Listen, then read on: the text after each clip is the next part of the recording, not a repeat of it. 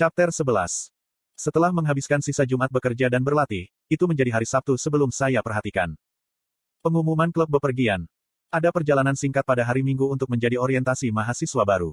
Orientasi keliling klub adalah hari ini. Tempat pertemuan itu adalah stasiun portal Kyup, yang menghubungkan Kyup ke Seoul. Setelah memasukkan pistol saya di tas silang, saya berjalan ke tempat pertemuan. Banyak karakter utama, yaitu Kim Soo-ho, Yi Yong-han, Chae Na-yoon, dan Yo Yeon-ha, sudah ada. Mereka tampaknya benar-benar tidak menyadari keberadaan saya, tetapi bersama mereka masih membuat saya gugup. Hari ini di Seoul, sebuah insiden tak terduga akan terjadi. Ini akan menjadi insiden besar pertama dalam cerita itu. Sementara saya mengorganisir insiden yang akan datang hari ini di kepala saya, Presiden Klub tiba. Halo, saya Presiden Klub, Oh Han-hyun. Saya tidak percaya ketika saya melihat begitu banyak aplikasi klub, tapi itu nyata. Siapa yang tahu kadet-kadet yang luar biasa akan bergabung dengan klub saya? Dengan tinggi rata-rata dan kesan pertama yang lembut, Oh Han-hyun melihat sekeliling anggota klub sambil menggaruk lehernya. Pertama, saya akan memberikan pengantar singkat tentang klub bepergian. Dengan senyum malu-malu, dia mengeluarkan selembar kertas dari sakunya. Sepertinya dia sudah menyiapkan pidato. Saya menggambarkan Oh Han-hyun sebagai orang yang pemalu, jadi saya tidak terlalu terkejut dengan tindakannya. Sekali atau dua kali sebulan, kami akan meninggalkan Kyup untuk bepergian. Tujuan perjalanan adalah untuk bersantai. Jadi pelatihan selama perjalanan akan dilarang keras. Itu juga sebabnya klub kami disebut Healing Rain. Setelah berdehem sekali lagi, dia menyingkirkan kertas itu. Apa itu? Hari ini, sebagai bagian dari orientasi, kami akan melakukan perjalanan singkat ke Seoul. Dari sini adalah apa yang saya tulis. Anggota klub akan membentuk kelompok 2 orang dan pergi ke Seoul. Kami akan memiliki tema untuk setiap perjalanan. Karena hari ini dimaksudkan sebagai orientasi, kami hanya akan memiliki perjalanan gratis tanpa hal yang rumit. Tetapi alih-alih bepergian sendirian, kami akan membagi menjadi 2 kelompok. Petik 2. Di sini, Kim Soo-ho akan dipasangkan dengan Chae Na-yoon dan mengalami masalah saat mereka melihat-lihat museum. Adapun masalah itu, saya akan dapat mengalaminya segera. Lalu kita akan mulai dengan menggambar banyak. Menggambar lot sepenuhnya berdasarkan keberuntungan, tapi aku bisa memilih nasibku. Berkat hadiah saya, observasi dan membaca, saya bisa melihat konten lot dengan jelas. Dengan tangan di daguku, aku berpikir, haruskah saya memilih Kim Soo-ho? Atau Chae Na-yoon? Aku akan pergi dulu. Pada saat itu, Yo Yeon-ha melangkah. Saya menyaksikannya mengeluarkan nama tanpa banyak berpikir. Detik berikutnya, saya menyadari saya mengabaikan satu informasi penting. Itu adalah keanehan yang dikenal sebagai Kim Ha-jin. Lot yang ditarik oleh Yo Yeon-ha memiliki nama berikut. Kim Ha-jin. Jantungku berdegup kencang, tapi tidak ada perubahan pada ekspresi wajah Yo Yeon-ha. Dengan topeng biasanya di tempatnya, dia menatapku dengan mata tenang. Untungnya, semua yang lain tidak berubah. Kim Soo-ho menjadi pasangan dengan Chae Na-yoon, dan Yi Yong-han menjadi pasangan dengan Presiden Klub. Setelah undian selesai, para anggota berkumpul dengan pasangan mereka dan berdiri di depan portal. Portal, teknologi mutakhir yang memanfaatkan ilmu dan teknik sihir. Dengan ketinggian 15 meter dan lebar 30 meter, gerbang raksasa ini dibangun di lebih dari 100 tempat di seluruh Korea. Dengan itu, pergi dari Seoul ke Busan membutuhkan waktu kurang dari 3 detik. Kadet Kim Ha-jin. Dikonfirmasi. Petik 2. Operator portal memberi kami segel. Segel ini akan beresonansi dengan portal dan membawa kami ke Seoul. Ayo pergi. Presiden klub masuk lebih dulu. Selanjutnya untuk memasuki portal biru yang bergoyang adalah Kim Soo-ho, Yi Yong-han, Chae Na-yoon. Dan akhirnya saya. Perasaan aneh menyelimuti tubuhku, tetapi hanya sesaat. Dalam sekejap mata, pemandangan di sekitarnya berubah menjadi tempat yang tidak dikenal. Campuran futuristik biru dan abu-abu, pastilah Seoul Portal Station. Hanya dengan 2 langkah, saya telah menyeberangi Laut Timur. Ini 121. Sekarang, jadi kita akan bertemu kembali di sini jam 6. Petik 2. Karena portal kami berada terhubung ke Kyup, tidak ada orang di sekitar. Namun portal di sebelahnya yang menghubungkan Seoul ke Busan harus dipenuhi orang. Bagaimanapun, mereka berdua adalah kota global. Untuk saat ini, ikuti aku. Mengikuti Presiden Klub, kami menerima metrai lain dari karyawan portal sebelum meninggalkan stasiun portal. Setelah keluar, saya langsung bisa melihat kata-kata, Stasiun Yongsan. Anda bisa pergi kemanapun Anda inginkan sebagai pasangan menggunakan sistem transportasi umum. Untuk hari ini, kami tidak akan meminta Anda untuk menulis laporan, tetapi pastikan Anda kembali pada 6. Jika Anda terlambat, Anda akan dihukum. Petik 2. Dengan peringatan dari Presiden Klub, para kadet dibiarkan berpasangan. Yo Yeon-ha tidak mengatakan apa-apa kepadaku, tapi aku mengikutinya di belakang untuk saat ini. Ketika saya memeriksa bagaimana stasiun Yongsan berubah dari apa yang saya ketahui, Yo Yeon-ha tiba-tiba berhenti. Setelah cepat berbalik, dia berkata dengan tajam. Mari kita berpisah. Petik 2. Oh, ya, tentu. Petik 2.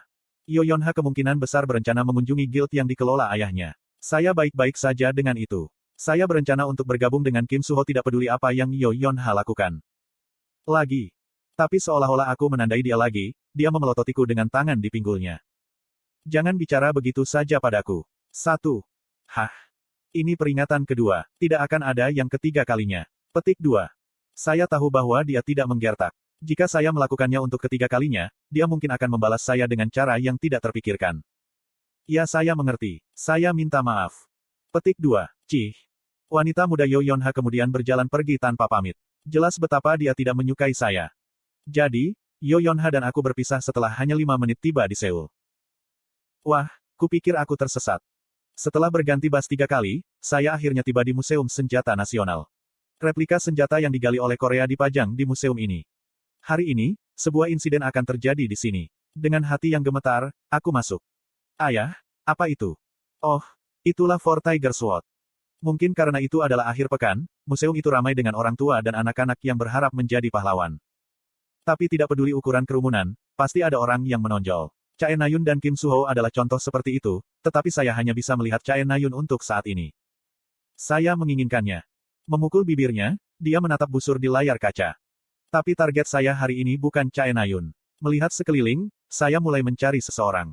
Tidak butuh waktu lama, fitur tinggi dan tampan karakter utama dengan mudah menonjol.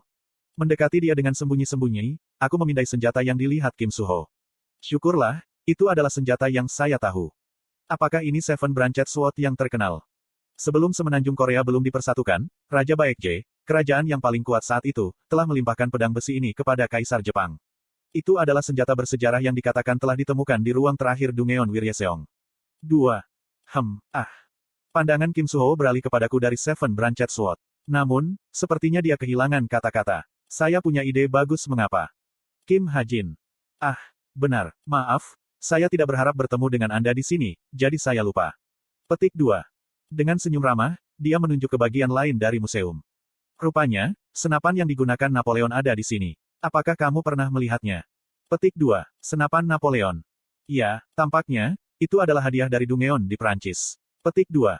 Menurut pengaturan duniaku, senjata apapun yang digunakan oleh figur legendaris bisa menjadi artefak. Karena memang itu masalahnya, tidak aneh jika ada senapan Napoleon, meskipun saya tidak menyebutkannya di novel saya. Meskipun saya memang menginginkan senjata langka, saya tidak benar-benar tertarik dengan replika. Tidak, kurasa aku tidak punya waktu. Saya tidak sengaja menjawab tanpa semangat. Saya merasa aneh berbicara dengan karakter utama yang saya tulis. Saya tidak yakin bagaimana menggambarkan perasaan ini, tapi itu jelas tidak menyenangkan. Kim Suho tampan, luar biasa dalam seni bela diri, dan memiliki kepribadian yang fantastis. Dia terlalu sempurna, jadi dia merasa tidak manusiawi. Itu sebabnya beberapa pembaca melakukan root untuk Shin Jong-hak. Bagaimanapun, itu harus tentang waktu. Aku mengetuk tanah dengan sepatuku. Kemudian, tepat ketika Kim Suho mengatakan sesuatu. Ledakan. Suara gemuruh bergema di seluruh museum. Dalam sekejap, semua orang terdiam. Koong, koong, koong. Bunyi berulang-ulang berdenyut dalam keheningan yang mematikan. Suara yang menyerupai jejak makhluk raksasa segera menyebabkan suara sesuatu yang pecah. Suasana di museum berubah cepat. Kiak. Apa itu? Yang tidak diketahui menyebabkan kecemasan, dan kecemasan dengan cepat menyebabkan panik. Pengunjung biasa berteriak dan mulai berlari. Namun, hanya kematian yang menunggu di luar. Tempat teraman adalah museum di dalam. Tetaplah di sini. Jangan keluar. Petik 2. Mengetahui bahwa itu akan berbahaya di luar, Kim Suho berteriak. Saat ini, bagian luar museum sedang diserang oleh monster peringkat menengah dan bawahannya. Hanya satu monster peringkat menengah yang memiliki sedikit ancaman. Seorang pahlawan akan tiba dalam waktu kurang dari 1 menit, dan 20 menit sudah cukup untuk mengurus seluruh situasi. Tapi itu bukan satu-satunya masalah. Jin. Ada jin di sini. Sederhananya, itu adalah serangan bercabang 2. Setelah datang ke sebuah adegan, pahlawan pergi ke daerah paling berbahaya. Karena museum memiliki penjaga keamanan, itu relatif tidak berbahaya, menempatkannya pada prioritas yang lebih rendah. Mengambil keuntungan dari fakta ini, Asosiasi Jin mengirim seorang pembunuh untuk menargetkan seorang anak yang dianggap oleh Asosiasi Pahlawan untuk memiliki hadiah khusus. Dentang. Suara tajam bergema. Itu adalah suara gelas yang pecah. Sumber suara tidak jauh. Beralih ke arah suara, Kim Suho berteriak. Chae Na-yun. Chae Na-yun telah memecahkan etalase dan mengeluarkan busur di dalamnya. Kamu gila. Tidak, aku benar-benar waras. Meskipun itu hanya replika, itu masih item yang dipamerkan. Sirene museum berdering dan mekanisme pertahanannya diaktifkan. Hanya dalam 3 detik, semua pintu keluar ditutup. Orang-orang bahkan lebih panik, tetapi untungnya, bahkan monster peringkat menengah tidak bisa menembus penghalang yang menghalangi jalan keluar. Ini lebih baik daripada menghentikan orang satu persatu dan memperingatkan mereka. Dengan itu, dia berdeham dan berteriak pada warga yang panik. Semua orang, diam, lebih aman di sini, kami pahlawan juga. Petik 2. Hei kau. Diam itu, jangan hanya berdiri di sana, ambil senjata juga. Petik 2. Apa, kenapa harus saya? Karena di luarlah yang berbahaya. Melihat kami, tidak? Pada Kim Suho, Chae Nayun menciptakan panah ajaib di busurnya. Lihat di sana. Dia menunjuk dengan matanya. Seorang pria mengenakan mantel hitam berdiri di sana. Sebelum Kim Suho bisa mengatakan apa-apa, Chae Nayun menembakkan busurnya tanpa sedikit pun keraguan. Hei, jangan. Panah ajaibnya menembus tenggorokan pria itu. Segera, Kim Suho membeku. Dia tampak bingung oleh pembunuhan mendadak Chae Nayun. Setiap orang biasa akan mati karena panahnya. Namun, pria itu meraih panah yang mencuat dari lehernya dan menariknya keluar. Kekuatan sihir hitam kemudian bangkit dari tangannya, membakar panah menjadi abu. Ketuk, ketuk. Pria itu kemudian berbalik, menghadap ke arah panah itu berasal. Matanya merah padam, saat permusuhan sengit keluar darinya. Petik 2. Tanpa ragu, dia adalah seorang jin. Wajah Kim Suho memucat. Sama seperti Chae Nayun, dia menghancurkan etalase. Dia mengeluarkan Seven Branched Sword. Meskipun itu adalah replika, rekonstruksinya yang setia membuatnya mirip dengan senjata kelas tinggi. Seharusnya itu cukup kuat untuk menghancurkan jin tingkat ini. Oh, itu senjata yang bagus. Saya mendengarnya terbagi menjadi 7 cabang. Petik 2. Chae Nayun mendekat dengan seringai dan berdiri di samping Kim Suho. Saya juga mengeluarkan pistol saya. Saya berpikir untuk berdiri di sebelah mereka, tetapi setelah mempertimbangkan, saya mundur 2 langkah. Saya masih terlalu lemah. Jika aku terlalu banyak pamer dan menjadi target jin, itu akan menjadi akhir dari diriku. 1. Dalam bahasa Korea, ada cara yang jelas untuk berbicara dengan sopan atau santai, seperti antar teman. Yonha menggunakan ucapan yang sangat sopan, sementara MC menggunakan ucapan santai yang akan berada di antara teman orang yang seusia. 2. Wiryeseong adalah nama 2 ibu kota awal Baekje. Chapter 12. Pedang biru Ki muncul di sekitar pedang 7 cabang. Kemurnian mana biru mencerahkan bilah pedang. Melirik ke pedang 7 cabang Kim Suho, Chae Nayun bertanya. Anda siap? Ya. Sementara itu, aku perlahan mundur. Tidak ada yang bisa saya lakukan di sini. Kim Suho akan mengungkapkan kekuatannya yang tersembunyi dan dengan mudah mengurus jin ini. Terkejut oleh kekuatan Kim Suho, Chae Nayun akan menyerah melihat Kim Suho sebagai saingan dan datang untuk mengaguminya. Dukung aku. Memperbaiki cengkeramannya pada pedang, Kim Suho berbicara. Mendukung. Tolong, saya akan menjadi orang yang membunuhnya. Petik 2. Sambil membantah dengan riang, Chae Nayun nok panah ajaib lain. Gu. Tetapi sebelum dia bisa menembak, jin menyulut kekuatan sihirnya. Ki jahat hitam legam meluncur ke arah mereka seperti api neraka. Tapi seberkas cahaya memusnahkannya. Pedang suci bisa memotong api, angin, dan juga kekuatan sihir. Panah Chae Nayun kemudian terbang melalui kekuatan sihir yang terangkat. Panah yang berisi mana yang terkondensasi kemudian menembus bahu jin. Kim Suho tidak melewatkan kesempatan ini. Melompat, dia memotong secara diagonal dengan pedang 7 cabangnya. Serangan ini seharusnya memotong daging jin, melumpuhkannya. Tapi meski dagingnya dipotong, jin itu tersenyum. Kim Suho secara naluriah merasa ada sesuatu yang salah. Segera setelah itu, kekuatan sihir sengit keluar dari luka. Seolah berdiri di bawah hujan lebat, Kim Suho tersapu oleh kekuatan sihir. Dia bahkan tidak memiliki kesempatan untuk menjerit. Dia terbang melintasi museum dan terjebak di dalam dinding museum. Petik 2. Petik 2. Baik Chae Nayun dan saya menjadi terdiam. Aneh. Pasti ada yang aneh. Ini seharusnya tidak terjadi. Setelah didorong mundur sebentar, Kim Suho seharusnya melepaskan kekuatan tersembunyi dan mengalahkan musuhnya. Syukurlah, Kim Suho bangkit. Tapi sepertinya dia tidak dalam kondisi yang baik. Hei, kamu baik-baik saja. Aku baik-baik saja. Kim Suho perlu waktu untuk memperbaiki lukanya. Sekarang, jin sedang berjalan menuju Chae Nayun. Wajahnya menegang. Kuik.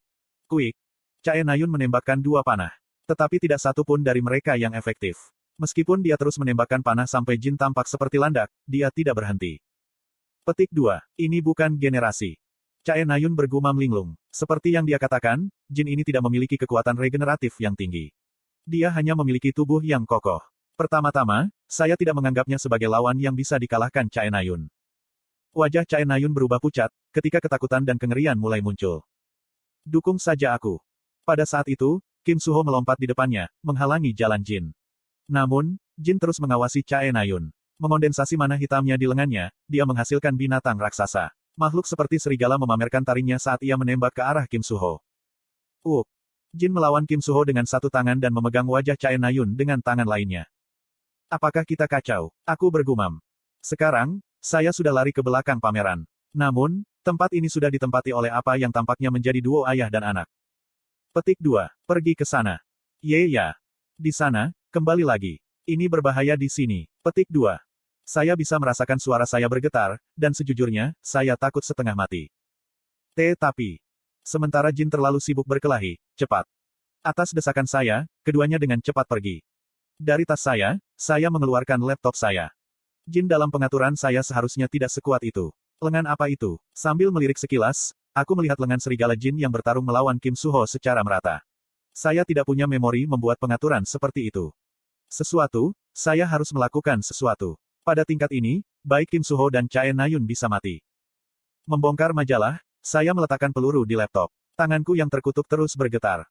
Dengan laptop, saya memeriksa pengaturan peluru. Sama dengan. Mana bulet?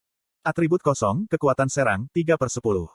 Sebuah peluru dengan mana yang kental. Ini jauh lebih kuat daripada peluru mesiu. Sama dengan. Itu tidak cukup. Dengan kekuatan serangan 3, bahkan menggaruk Jin itu tidak akan mungkin terjadi. Tetapi apakah meningkatkan kekuatan serangan sudah cukup? Itu pertanyaan lain.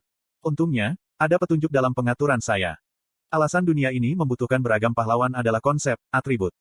Bergantung pada atribut seseorang, serangan dapat memiliki efek yang bervariasi. Atribut yang bertentangan seperti air dan api dapat memungkinkan seseorang untuk mengatasi perbedaan kekuatan hingga tingkat tertentu.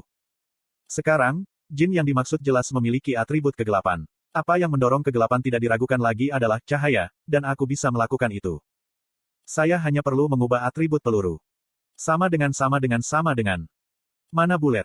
Atribut ringan, kekuatan serang, 5/10. Sebuah peluru dengan esensi cahaya yang kental. Mulai ledakan sekunder setelah mengenai targetnya. Sama dengan. Modifikasi ini membutuhkan 104 SP. Apakah Anda ingin menyimpan pengaturan ini? Barang itu mahal. 104 SP adalah 80% dari apa yang saya kumpulkan dalam seminggu terakhir. Tapi saya masih tidak yakin apakah ini cukup. Daripada gagal, lebih baik untuk berlebihan. Saya mencoba menyesuaikan kekuatan serangan ke-6. Anda tidak memiliki cukup SP. Nilainya akan disesuaikan. Kekuatan serang 5, 6/10. Apakah Anda ingin menyimpan modifikasi yang disesuaikan? Saya menekan save. Pada saat itu, cahaya putih meletus dari laptop sebelum mencair ke dalam peluru ajaib. Cahaya putih perak berkilau dari selongsong peluru besi. Modifikasi selesai. Dengan hanya satu peluru ini dimuat, saya menarik napas dalam-dalam. Lalu, aku mengintip melewati dinding. Chae Nayun masih berjuang untuk melarikan diri dari genggaman Jin, sementara Kim Suho berjuang melawan lengan kanan Jin. Tidak, Kim Suho mendorong Jin kembali. Kami mendapat keuntungan. Sepertinya dia akan segera mengalahkan lengan kanan. Masalahnya adalah Chae Nayun. Karena dia tidak bisa bernapas atau karena kekuatan sihir Jin meracuni dirinya, daerah di lehernya berwarna ungu. Mengklik lidahku, aku melompat keluar. Hei! Lalu, saya berteriak keras. Pindah. Tanpa berbalik untuk melihat, Kim Suho berguling ke samping. Lengan kanan Jin mengejarnya, tetapi itu hanya menambah luas permukaan bagi saya untuk memukul. Dengan pikiran yang sedikit lebih tenang, aku menarik pelatuknya. Sebuah cahaya terang melintas dari laras senapan seolah-olah sebuah bom kilat meledak. Peluru cahaya memancarkan tekanan dan panas yang sesuai dengan kecerahannya. Tidak dapat menahan kekuatan peluru, pistol itu meledak di tanganku. Komponen senjata yang rusak jatuh, sementara aku menggeliat kesakitan yang tak tertahankan. Untungnya, lintasan peluru tidak berubah. Itu terbang di sepanjang lintasan yang dimaksudkan, menabrak bahu kiri Jin. Tepat sasaran. Gumpalan cahaya meletus dari lengan Jin. Ledakan kedua peluru itu meledak. Cahaya menghilang, memurnikan lengan Jin. Jin karenanya kehilangan lengannya. Chae Nayun, yang berada di ambang kematian, jatuh ke tanah. Kim Suho tidak melewatkan kesempatan ini. Sebuah kekuatan sihir atribut logam bangkit dari pedangnya. Teknik pedang serbaguna The Sword Sein akhirnya diaktifkan. Seharusnya dibatasi hanya sekali atau 2 kali sehari untuk saat ini, tetapi itu sudah cukup. Saya hanya bisa menonton dari samping sekarang. Petik 2. Pada saat itu, seorang anak mendekati saya. Itu adalah anak yang saya temui sebelumnya. Anak itu memiliki wajah yang cantik, tetapi rambut pendek membuatnya sulit untuk mengidentifikasi jenis kelaminnya. Tiba-tiba, anak itu meraih tangan saya. Dalam sekejap, tangan saya sembuh sepenuhnya. Begitu ya, ini pasti anak yang hampir tidak berhasil ditemukan oleh asosiasi pahlawan. Anak dengan otoritas penyembuhan. Terima kasih. Sambil tersenyum, aku membelai rambut anak itu. Gu. Pada saat itu, geraman yang dalam terdengar. Aku cepat-cepat mengalihkan pandanganku ke arah kebisingan. Jin, yang kehilangan satu tangan, terengah-engah sambil berlutut di depan Kim Suho. Sepertinya Kim Suho berhasil menang. Merasakan kekuatan meninggalkan tubuhku, desahan keluar secara alami. Aku berbaring di tanah. Geek. Chae Nayun, yang baru saja sadar, sedang mengosongkan perutnya dengan wajah menunjuk ke bawah. Dari mulut kecilnya, muntah terus turun. Makanan yang belum dicerna olehnya mencemari tanah, sementara cairan kuning pucat menumpuk di sekitarnya. Chae Nayun terus muntah, seolah-olah dia sedang batuk darah. Melihat pemandangan yang mengerikan itu, aku bisa merasakan sakitnya. Alasan mengapa Chae Nayun mengambil busur mirip dengan milikku. Meskipun dia bertindak jantan di luar, dia adalah wanita yang terlindung di bagian dalam. Tidak lama kemudian dia akan mengatasi sifatnya yang lembut. Petik 2. Kim Suho mendekatinya untuk menepuknya. Tapi Chae Nayun memukul tangannya dengan keras. Kim Suho dengan enggan mundur. Biarkan dia, saya yakin kakak laki-lakinya akan datang untuk menghiburnya. Petik 2. Aku berkata begitu tanpa berpikir. Pada kenyataannya, banyak hal akan menjadi seperti itu. Kakak laki-lakinya akan tiba lebih dulu, lalu ayahnya datang untuk membersihkan segalanya. Tapi sepertinya Chae Nayun menganggap ketidakpedulianku sebagai penghinaan. Kamu, geek. Mata merahnya menusukku. Apakah dia ingin sesuatu atau seseorang untuk disalahkan? Itu bisa dimengerti. Tidak seperti Yoyonha, Chae Nayun adalah wanita sejati. Apapun selain makanan berkualitas tinggi akan membuat perutnya kesal, dan melihat seekor kecoa atau tikus akan merusak suasana hatinya sepanjang hari. Petik 2. Kamu. Aku akan pergi dulu. Kim Suho mencoba mengatakan sesuatu. Untuk beberapa alasan, wajah Kim Suho kaku. Tetapi mengabaikannya, saya berbalik. Saya juga perlu waktu untuk berpikir. Kekuatan Jin jauh lebih besar dari apa yang telah saya tetapkan. Saya tidak mengerti mengapa. Dengan satu ayunan, bilah tipis memotong udara. Tapi dari ujung bilah, kekuatan sihir putih yang tidak dapat diidentifikasikan berombak-ombak, menembak ke segala arah dan melenyapkan semua monster. Eksekusi bersih. Yun Sengah mengambil kembali pedangnya dan berbalik. Rambutnya berkibar tertiup angin lembut. Lusinan orang biasa, yang menyaksikan serangannya, tidak bisa berkata-kata. Di mata mereka, rasa hormat dan kekaguman yang tak tergoyahkan bisa terlihat. Melihat serangan pahlawan paling populer di dunia akan menjadi cerita bar yang bagus untuk waktu yang lama. Kamu bisa tenang. Wakil pemimpin. Sebuah suara kasar menyela kalimat Yun Sengah. Yun Sengah sedikit terkejut. Pria yang berlari dengan cepat menjatuhkan bom. Jin muncul di Museum Senjata Nasional. Petik 2. Apa? Kamu harus segera menuju. Apa? Namun segera, dia memiringkan kepalanya dan memfokuskan pendengarannya pada transceiver di telinganya. Petik 2. Ah iya. Apa yang salah? Rupanya, Jin telah diurus. 3 kadet dari Kyuup kebetulan berada di museum. Petik 2. Oh, itu keren. Siapa mereka? Kim Suho, Chae Nayun, dan... Sebelum dia bisa selesai, angin kencang bangkit, membutakan matanya sebentar. Pada saat dia membuka matanya kembali, pahlawan yang telah menghancurkan puluhan monster sudah pergi. Berlari dengan kecepatan cahaya, Yun Sengah tiba di museum. Seorang pria yang tampak biasa berjalan keluar dari museum pada saat yang sama. Melihat Yun Sengah, pria itu tersentak sejenak sebelum dengan cepat membungkuk. Halo. Apakah dia mengenal saya? Iya, tidak banyak yang tidak. Petik 2. Meskipun ada sesuatu yang terasa tidak pada tempatnya, Yun Sengah menyapa pria itu tanpa banyak berpikir. Ah, ya, apakah sesuatu terjadi di dalam? Iya nih, Jin muncul. Dia baru saja mati. Petik 2. Aku mengerti. Dan kamu? Mendengar pertanyaan Yun Sengah, pria itu menjawab sambil tersenyum. Aku seorang kadet. Mendengar kata-katanya, Yun Sengah terkejut. Dia akhirnya menemukan perasaan aneh sebelumnya yang dia miliki.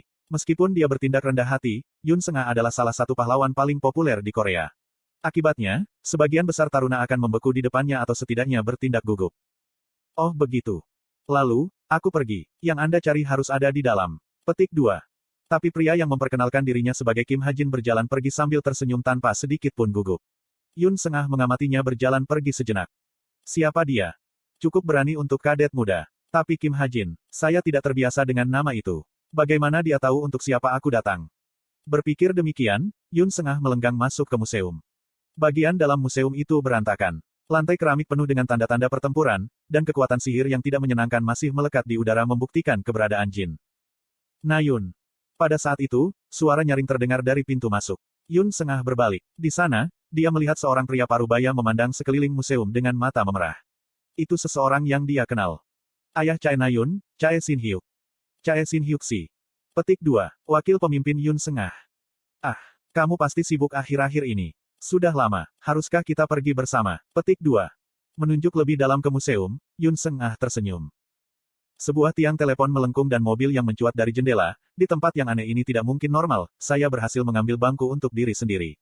Para pahlawan sibuk berlarian membersihkan situasi, tetapi saya sendiri agak panik. Ceritanya telah berubah. Jika dunia ini adalah dunia dalam novel saya, ini tidak mungkin terjadi. Tentu saja, keanehan yang dikenal sebagai Kim Ha-jin sudah turun tangan, tetapi perannya sangat minim. Semuanya juga baik-baik saja sampai sekarang. Saya pasti tidak melakukan apapun yang dapat mempengaruhi. Tiba-tiba, seberkas pemikiran melintas di benakku. Petik 2. Itu benar. Saya sudah lupa sampai sekarang. Saya bukan satu-satunya penulis cerita ini. Tepatnya, dunia ini bukan novel yang saya tulis. Untuk lebih tepatnya, dunia ini adalah versi remake dari novel saya. Ada penulis bersama. Setelah berpikir sejauh itu, perasaan kosong yang tak dikenal muncul dalam diriku.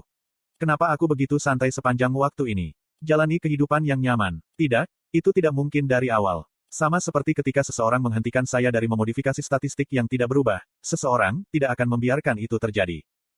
Wiying. Pada saat itu, laptop bergetar seperti telepon. Ketika saya membukanya, saya melihat pesan.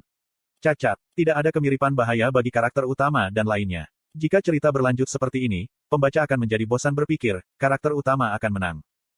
Petik 2. Motherfu gila ini. Tidak ada bahaya. Tentu saja, tidak ada bahaya. Pembaca tidak suka bahaya ekstrim. Amatir yang ceroboh ini. Namun, ada baris lain di bawah ini. Solusi darurat. Bahkan jika semuanya menjadi berantakan, tingkatkan kekuatan antagonis. Chapter 13. Sekitar 131. Hari ini, sekelompok monster muncul di Seoul, meninggalkan 500 terluka dan 7 mati. Jangkar baru sedang melaporkan insiden hari ini. Dengan napas panjang, Chae Shin-hyuk membelai pasien yang terbaring di tempat tidur. Kulit pucatnya seakan menusuk hati ayahnya. Meskipun dia adalah orang dewasa yang akan segera menjadi pahlawan, Chae Na-yun masih seperti gadis kecil bagi Chae Shin-hyuk. Kurung siku buka. Menurut penyelidikan, kelompok monster itu dipimpin oleh monster peringkat 1 tingkat menengah, Beast Incheater. Monster seukuran manusia ini berbentuk luwak yang belum pernah muncul di Korea. Asosiasi percaya bahwa monster itu dibawa oleh pihak ketiga, dan telah memulai pencarian. Petik 2. Pada saat itu, Chae Na-yun membuka matanya. Chae Shin-hyuk segera terangkat dan memanggil dokter. Kamu sudah bangun. Bagaimana perasaanmu? Baik. Chae Na-yun mengangkat tubuh lemahnya. Seorang dokter datang untuk memeriksa nadinya, tetapi Chae Na-yun mendorongnya pergi sambil tersenyum. Aku baik-baik saja, ayah. Sangat.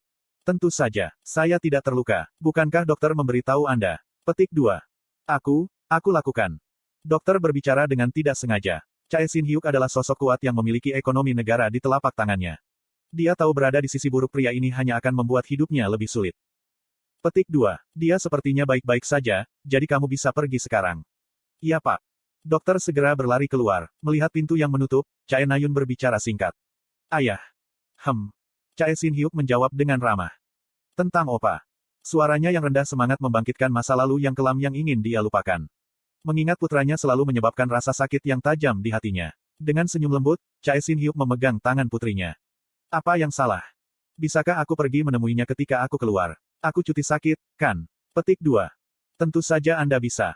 Chae Shin-hyuk setuju dengan mudah.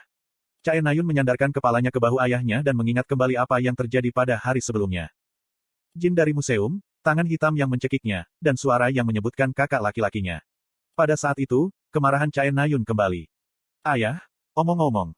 Nada bicara Chae Na-yun gelap. Suaranya membawa emosi yang berat. Tanya Chae Shin-hyuk dengan cemas. Ada apa? Petik 2. Tidak apa-apa. Tiba-tiba, dia mulai membenci seseorang dari lubuk hatinya. Tapi dia tidak bisa memberitahu ayahnya bagaimana perasaannya. Dia teringat kembali ketika perutnya mendidih karena diracuni oleh kekuatan sihir jin. Bahkan ketika dia menggeliat kesakitan, dia bisa mendengar suara pria itu dengan jelas. Aku yakin kakak laki-lakinya akan datang menghiburnya. Pria itu menyebut kakaknya. 4 tahun lalu, pada hari langit jatuh, semua orang di dunia tahu. Jadi dia tidak punya waktu untuk bersedih. Setelah hari itu, nama kakaknya terukir jauh di dalam hatinya, dan dia menjadi subjek yang tak tersentuh baginya. Sebagai seorang kadet di Akademi Pahlawan, pria itu seharusnya tahu tentang keadaan kakaknya. Meski begitu, dia menyebut kakaknya seperti itu. Chae Na-yun menekan amarah yang naik dari hatinya dan mengukir nama pria itu di kepalanya. Kim Ha-jin. Mulai hari ini, Chae Na-yun tidak akan lagi melupakan nama ini. Langit Seoul diwarnai dengan warna oranye. Pergerakan matahari tidak berbeda dari biasanya, tetapi pemandangan yang dipantulkan oleh matahari terbenam hanya bisa digambarkan sebagai kekacauan. Potongan aspal berserakan di jalan, sementara seorang anak menangis di bawah tiang telepon patah setengah. Ambulans bolak-balik, membawa orang-orang yang terluka atau mayat. Meskipun situasinya telah diurus oleh para pahlawan yang dikirim, dampak dari kekacauan masih tetap ada. Kim Soo-ho, Kim Ha-jin. Kami mendengar ceritanya. Petik 2. Kim Soo-hyuk sedang menunggu di portal yang menghubungkan Seoul dan Kyuk. Kami akan meminta detailnya nanti, jadi kembali dan istirahat untuk saat ini. Agen akan mengurus sisanya. Petik 2. Sebagai catatan, agen berbeda dari pahlawan. Agen adalah mereka yang lulus dari Akademi Militer Agen tetapi tidak memasuki Kyuk. Dengan kata lain, mereka bukan pejuang. Kebanyakan dari mereka memiliki kemampuan yang sangat berguna dalam kehidupan sehari-hari. Sebagai contoh, saya melihat seorang pria dalam perjalanan kembali, yang sedang memperbaiki aspal yang rusak dengan lambaian tangan. Instruktur, Chae Na-yun adalah. Petik 2. Kim Soo-ho bertanya, dan Kim Soo-hyuk memberikan jawaban singkat. Dia mengambil cuti sakit. Dia bersama keluarganya sekarang. Petik 2. Ya, mengerti. Kim Soo-ho tidak mengajukan pertanyaan lagi. Kembali. Para kadet lain tampaknya telah membantu dengan keadaan darurat yang tidak terduga, karena bahkan Yo Yeon-ha tampak lelah. Satu demi satu, kami berjalan dengan susah payah ke portal. Sensasi aneh yang menyelimuti tubuhku tidak terasa menarik lagi. Setelah menghela nafas pendek, saya menemukan diri saya kembali di Kyuk. Tanpa kata-kata, rombongan berjalan ke asrama. Hei! Dalam perjalanan kami kembali ke asrama 1, setelah para gadis pergi, Kim Soo-ho menghentikan saya. Apa? Why did you say that?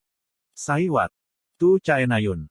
What was he talking about all of the sudden? When I furrowed my brows in incomprehension, Kim Soo-ho suddenly became a bit more hostile. Why did you bring up her older brother? In such a condescending way too? What do you mean? I didn't mean much by. At that instant, I swallowed my words. This world had a co-author. My setting wasn't the only setting at play. Something had to have changed. What about her older brother? At my question, Kim Soo-ho stopped his steps. Gritting his teeth, he glared at me. It's something every cadet knows, but you're going to pretend you don't know. What? No? I really don't. Whatever, we can talk about it later. For now. Kim Soo-ho quickly walked past me and got on the elevator. Under his glaring eyes were thick dark circles. Since he used that ability, he needed to crash. Since my room was on the first floor, I didn't need to get on the elevator. The moment I sat down on my couch, I turned on my smartwatch. An internet window popped up in the air. This world's main search engine was Neighbor 1. The interface was no different than what I was used to, so getting used to it posed no problem. First, I looked up Chae Na-yun. What Kim Soo-ho said and how Chae Na-yun reacted were in this train. Sama dengan. Chae Na-yun, hero cadet. Family, father, Chae Shin-hyuk, older brother, Chae Ji-yeon. Education. Agen Military Academy rank 4. Currently attending Hero Military Academy, Kyuk. Sama dengan. So what's the problem? Chae Ji-yeon. It's not like he was dead or missing, so why were they so worked up? Even as I tilted my head, I looked up Chae Ji-yeon. At the same time, my jaws dropped. Chae Shin-hyuk's son, Chae Ji-yeon. In critical condition from a Jin attack. The Jin suppression operation, V-Reflect, succeeds. However, the rookie hero, Chae Ji-yeon, falls in a coma. There were headliness I couldn't understand. What? Jin suppression operation, V-Reflect. I knew what it was. It was the first operation that gave Chae Ji-yeon fame. By leading this operation to a success and rescuing 3 comrades in the process, he would have been promoted to an intermediate rank hero. Chae Na-yun, who was only 13 at the time, would have always brag about her older brother who suddenly rose to fame. No, that was how things should have been. What the hell is going on? Unable to take everything in, I took out my laptop. If there was a hint, the laptop had to have it. Thanks to your high look, light bullet deals critical damage to Doc of Lucius. With great look, your understanding of the light attribute increase. With extreme look, you absorb part of the magic power emitted by the light bullet. Your magic power increased by pukul 0/3 points. You dealt critical damage to a more powerful enemy. The skill, Sharpshooter of Reversal, has been added to your gift, Master Sharpshooter. Your SP increased by 131. There were many pleasant alerts, but I turned them all off. I look for my settings book. No, I didn't need to look for it. This settings book was something I wrote. Since what happened today wasn't part of my setting, looking for my settings book wouldn't do anything. However, I had received a message on my laptop. Chae Ji-yeon, in the original story, he was Chae Na-yoon's reliable older brother and Kim Soo-ho's trustworthy helper.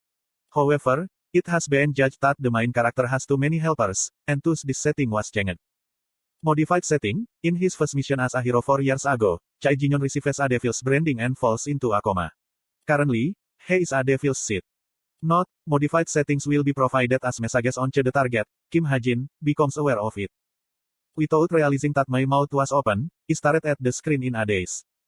By the time my saliva dropped on the laptop, I barely managed to eke out a voice. Fucking. Dan hanya itu yang bisa saya katakan. Jika pesan ini benar, ini adalah masalah yang sangat serius. Benih iblis adalah sesuatu yang hanya muncul di paruh kedua novel. Jika itu tumbuh, Kim Soo-ho saat ini tidak cukup kuat untuk menghentikannya. Pangkat Master Pahlawan akan dapat menghentikannya, tetapi sebagian besar pangkat Master telah meninggalkan dunia sekuler. Bahkan jika pahlawan tingkat tinggi dikirim, beberapa dari mereka pasti akan dikorbankan. Itu tidak mungkin terjadi. Kekuatan mereka dibutuhkan di bagian akhir novel. Dengan kata lain, semuanya akan serba salah jika benih iblis ini tumbuh. Tentu saja, semuanya sudah serba salah, tetapi masih pada tingkat yang bisa dikelola. Lalu apa yang bisa saya lakukan? Hanya ada satu jawaban, jadi saya tidak perlu berpikir lama. Petik 2. Dia harus mati. Untungnya, benih iblis memiliki masa inkubasi. Dari apa yang saya ingat, seharusnya 5 atau 6 tahun. 4 tahun sudah berlalu. Secepat mungkin, sebelum iblis di dalam tubuh Chae Ji-yeon bangun, Chae Ji-yeon harus dibunuh. Masalahnya adalah, siapa? Siapa yang harus membunuhnya? Saya tidak bisa menyewa seorang pembunuh. Bahkan jika saya menawarkan miliaran won, tidak ada tentara bayaran yang cukup gila untuk menerima misi untuk membunuh Chaebol. Belum lagi, karena benih iblis tidak terdeteksi, tidak ada yang akan percaya padaku bahkan jika aku mengatakan yang sebenarnya. Bahkan, saya yakin saya hanya akan diperlakukan sebagai orang gila. Dia harus mati. Hanya ada satu cara ini bisa dilakukan. Aku harus membunuhnya. Dengan nafas panjang, aku menutup mataku. Chae Ji-yeon adalah teman dan penolong yang andal bagi Kim Soo-ho, meskipun dia idiot ketika menyangkut kakaknya. Tetapi di dunia ini, ia telah menjadi karakter yang harus dibunuh. Sementara perubahan total ini mengejutkan, saya tidak memiliki ketenangan pikiran untuk terkejut. Aku bangun. Tubuh saya terasa sangat berat. Rasa keakraban yang saya rasakan terhadap dunia yang saya ciptakan berubah menjadi kecemasan yang lebih besar. Tapi mungkin berkat ketekunan saya yang tinggi, kaki saya tidak menuju ke tempat tidur, tetapi ruang pelatihan fisik. 1. Permainan kata di mesin pencari Korea, Naver. Chapter 14. Tower of Hero, terletak di jantung kota Seoul. Di lantai 103 dari markas asosiasi pahlawan ini, Yoon Seung-ah sedang membaca catatan tentang insiden baru-baru ini tanpa izin. Video yang dia tonton difilmkan oleh kamera museum. Tentu, itu berisi pertempuran antara Kadet Kyuk dan Jin. Meskipun dia agak ragu-ragu, tahu dia bisa mendapat masalah jika tahu, kata-kata yang dia dengar dari agen asosiasi pahlawan mendesaknya untuk maju. Sebuah jejak atribut cahaya ditemukan di tempat kejadian. Atribut-atribut ringan. Tidak hanya aneh, itu juga sangat berharga. Light mengaitkan pahlawan memainkan peran penting dalam menekan Jin, karena sebagian besar Jin memiliki atribut kegelapan. Fakta bahwa atribut cahaya terdeteksi di museum secara alami berarti bahwa salah satu dari 3 taruna yang mengalahkan Jin memiliki atribut cahaya. Yoon Seung-ah, yang sering menekankan pentingnya atribut kemanapun dia pergi, ingin tahu pemilik mana yang langka itu. Tapi orang ini, memang, ada seorang pria yang menarik perhatiannya. Dari ujung kepala sampai ujung kaki, dia biasa dalam segala hal. Di dalam video, pria yang dimaksud sedang berbicara dengan Kim Soo-ho. Ketika Jin muncul, dia mundur diam-diam dan hanya menyaksikan pertarungan. Tetapi melihat Kim Soo-ho didorong kembali, dia bersembunyi dan mulai melakukan tindakan aneh. Dia menurunkan senjatanya, hanya menyisakan 1 peluru di belakang. Kemudian, dia mulai mengetuk udara tipis. Setelah sekitar 1 menit, dia memasukkan peluru ke dalam pistolnya dan menuju ke pertempuran. Apa yang terjadi selanjutnya bahkan lebih misterius. Senjatanya meledak pada saat yang sama ia menembakkan senjatanya, sementara cahaya putih cemerlang mewarnai sekelilingnya. Karena cahaya, kamera membeku selama 3 detik. Pada saat layar kembali normal, semuanya beres. Petik 2. Kebanyakan orang menganggap serangan itu adalah Kim Soo-ho, tetapi Yoon Seung-ah ragu-ragu. Tidak peduli bagaimana dia memikirkannya, cahaya harus datang dari serangan pria itu. Bahkan Kim Soo-ho mengakui dalam laporannya, Kim Ha-jin melindungi saya. Kim Ha-jin, saya ingat dia sekarang. Dia adalah kadet yang memilih senjata. Jadi ada alasan dia memilihnya. Petik 2. Gedebuk. Pada saat itu, pintu terbuka. Terkejut, Yoon Seung-ah berbalik ke pintu. Di sana, dia adalah eksekutif asosiasi, Island. Meskipun dia memiliki tubuh kecil dan hanya 153 cm, Yoon Seung-ah tahu bahwa raksasa setinggi 10 meter tinggal di dalam dirinya. Sial baginya, Island memelototinya dengan mata yang menakutkan. Wajah Yoon Seung-ah memucat saat dia melompat ketakutan. Uni. Aku tahu kamu ada di sini. Keluar. Ah, tunggu, Uni. Saya bisa menjelaskan. Saya bisa. Diam dan ikuti aku. Yun Sengah tidak ingin mengikutinya bahkan jika itu menghabiskan nyawanya. Tetapi tubuhnya bergerak sendiri. Itu adalah hadiah unik dari Island, Spirit Speech. Tentu saja, sekuat itu, harga yang harus dia bayar sama besar. Ada risiko tinggi kekuatan sihir mundur dan tubuhnya yang terbelakang juga merupakan harga yang harus dia bayar. Tetapi tetap saja. Uni, aku juga pahlawan. Tolong, beri aku wajah. Petik 2. Kemampuannya sejujurnya terlalu curang. Hanya pahlawan asosiasi yang diizinkan datang ke sini. Aku tahu, aku akan pergi sendiri, jadi biarkan aku pergi. Petik 2. Lebih baik kau bergegas sebelum aku melemparmu keluar jendela.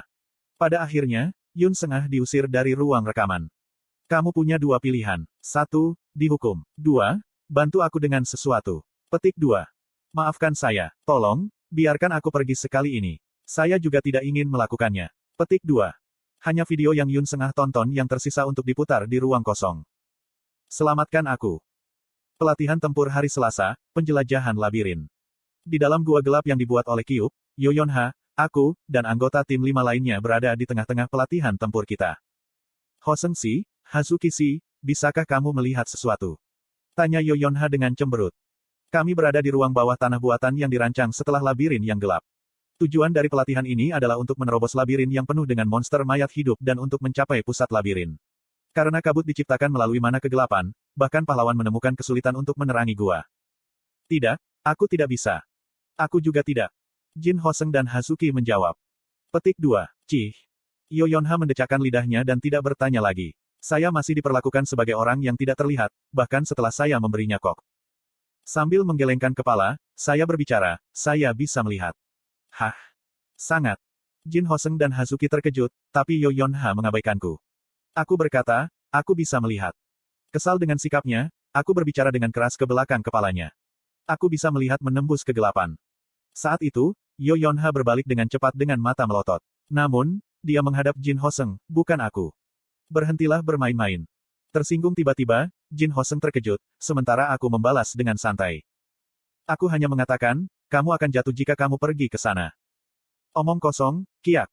Yoyonha merindukan pijakannya pada waktu yang tepat. Ketika dia mulai jatuh ke bawah, saya melompat masuk dan meraih lengannya. Yoyonha mencengkeram bahuku dengan tangan gemetar. Petik 2. Kuhum. Setelah naik kembali menggunakan tubuh saya sebagai tali, Yoyonha mengeluarkan batuk kering seolah-olah tidak ada yang terjadi. Petik 2. Sepertinya kamu tidak berbohong. Bagaimana Anda bisa melihat? Petik 2. Aku memiliki mata yang bagus. Itu berkat hadiah saya. Pousan Mileais tidak terhalang oleh jarak atau hambatan. Itu, tentu saja, termasuk pencahayaan. Petik 2. Bagus, setidaknya kamu bisa melakukan itu. Jadi, kemana kita harus pergi? Petik 2. Ikuti saja aku. Oh gelombang betapa andal gelombang. Jin Hoseng meletakkan tangannya di pundakku seolah-olah kita adalah teman. Melepaskan tangannya, aku berjalan ke depan. Segalanya cukup mudah sejak saat itu. Saya hanya harus berjalan, menghindari apa yang bisa saya hindari dan memberitahu Yoyonha apa yang tidak bisa saya lakukan. Jika musuh yang tak terhindarkan adalah roh bertubuh cair, cambuk Yoyonha yang tanpa belas kasihan merawatnya, dan jika itu adalah mayat hidup, Jin Hoseng dan Hazuki merawatnya. Stamina saya meningkat berkat berolahraga, jadi tidak ada masalah di sana. Meskipun tidak harus berlari memainkan peran besar, pelatihan khusus ini sangat mudah. Dan sekarang, saya bisa melihat hasilnya dengan mata kepala sendiri. Kami berhasil mencapai pusat labirin. Di sana, kami hanya melihat 8 orang. Dengan kata lain, kami mencetak posisi ketiga. Yoyonha. Hei, Jonghak. Shin Jonghak, yang duduk di atas batu bertingkah keren, memanggil Yoyonha. Dia berlari ke arahnya dengan senyum ramah. Bagaimana dia memperlakukan Shin Jonghak jelas berbeda dari bagaimana dia memperlakukan saya. Di sini, Kim Soo-hyuk, yang sedang menunggu, membacakan waktu kita tanpa memperhatikan reuni Yoyonha yang menyentuh. Tim 5, 48 menit 10 detik. Posisi ketiga. Pada saat yang sama, Jin Hoseng dan Hazuki bersorak. Semuanya berkat Anda. Kamu benar-benar memiliki mata yang luar biasa gelombang. Iya, benar. Untuk saat ini, saya duduk di tanah bersama mereka. Yoyonha sudah berangkat ke Shin Jonghak, dan Kim Soo-ho sedang tidur di tanah.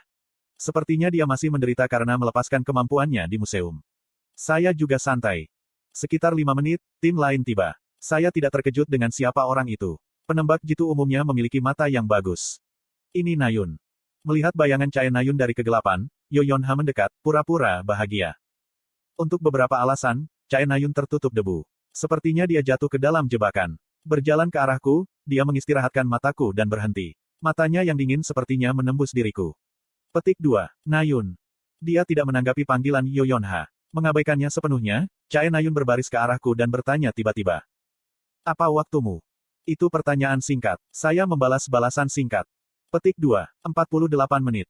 Chae Nayun menggertakkan giginya. Penembak jitu sering bertindak sebagai pathfinder tim. Chae Nayun seharusnya berpikir saya membimbing tim saya. Sepertinya kamu punya sesuatu yang bagus untukmu. Itu adalah provokasi yang jelas. Saya ragu untuk menjawab. Haruskah saya balas balik? Saya memang punya alasan kuat untuk melakukannya. Antagonis novel telah menjadi lebih kuat, jadi itu perlu bagi pihak kita. Meskipun Chae Nayun saat ini mungkin tidak ada di sisiku. Bagaimanapun, itu perlu bagi karakter utama untuk juga menjadi lebih kuat. Untuk melakukan itu, Chae Nayun harus dengan cepat meninggalkan busur. Di dunia ini, potensinya berada di urutan kedua setelah Kim Suho. Tetapi dengan membungkuk, potensinya akan terbuang sia-sia. Petik 2. Saya kira kamu benar. Tetapi saya masih tidak menemukan kebutuhan untuk menanggapi provokasi dia. Antara motivasi negatif dan motivasi positif, Chae Nayun lebih banyak dipengaruhi oleh mantan menurut pengaturan saya. Namun, agen motivasi itu penting. Orang lemah seperti saya yang memprovokasi dia kemungkinan besar tidak akan punya banyak arti. Sekarang bukan waktunya. Selain itu, saya yakin bahwa tidak akan lama sampai saya melampaui Chae Nayun dalam memanah. Saya hanya harus menunggu sampai saat itu. Huff. Chae Nayun tampak bosan dengan retretku, ketika dia kembali dengan mendengus. Aku menggelengkan kepala. Pada saat itu, mataku bertemu Yoyonha. Untuk beberapa alasan, matanya membawa sedikit ketertarikan yang belum pernah ada sebelumnya. Huff. Tapi segera, dia pergi dengan dengusan menghina yang sama dengan Chae Nayun. Chapter 15. Pelatihan tempur hari ini berakhir. Meskipun saya kelelahan, saya masih harus pergi ke klub akademik. Setelah itu, saya harus melakukan latihan harian saya. Memikirkan penderitaan hidup saya sehari-hari, saya menjadi depresi. Jika saya tahu ini akan terjadi, saya akan menempatkan lebih banyak poin dalam ketekunan. Bagaimanapun, saya saat ini sedang menuju ke ruang klub-klub akademik. Mungkin karena ini adalah jalan yang biasa dia ambil atau karena kita memiliki kepribadian yang sama, aku bisa melihat Yoyonha di depanku. Yoyonha sendiri tidak melihat saya dan terus berjalan. Ketika dia tiba di ruang klub, dia berdiri di depan pintu dan mengeluarkan cermin tangan. Dia dengan ringan memeriksa apakah ada sesuatu pada dirinya. Tetapi pada saat yang tepat, matanya bertemu mataku. Kebetulan sekali, kan? Petik 2. Mengabaikanku, Yoyonha berjalan masuk. Aku juga mengikuti. Yoyonha duduk di kursi yang cerah, sementara aku mengambil kursi sudut yang gelap. Yun Hyuk, presiden klub, sudah berdiri di podium. Mengenakan kacamatanya, dia tampaknya mengatur catatan kuliah hari ini. Tidak lama kemudian, 43 tahun pertama tiba bersama dengan 20 kakak kelas. Pada pukul 7 tepat, Yun Hyuk memulai kuliah klub akademik pertama. Selamat malam semuanya. Cuaca mulai membaik. Petik 2. Setiap pembicaraan tidak berguna masuk ke satu telinga dan pergi dari yang lain.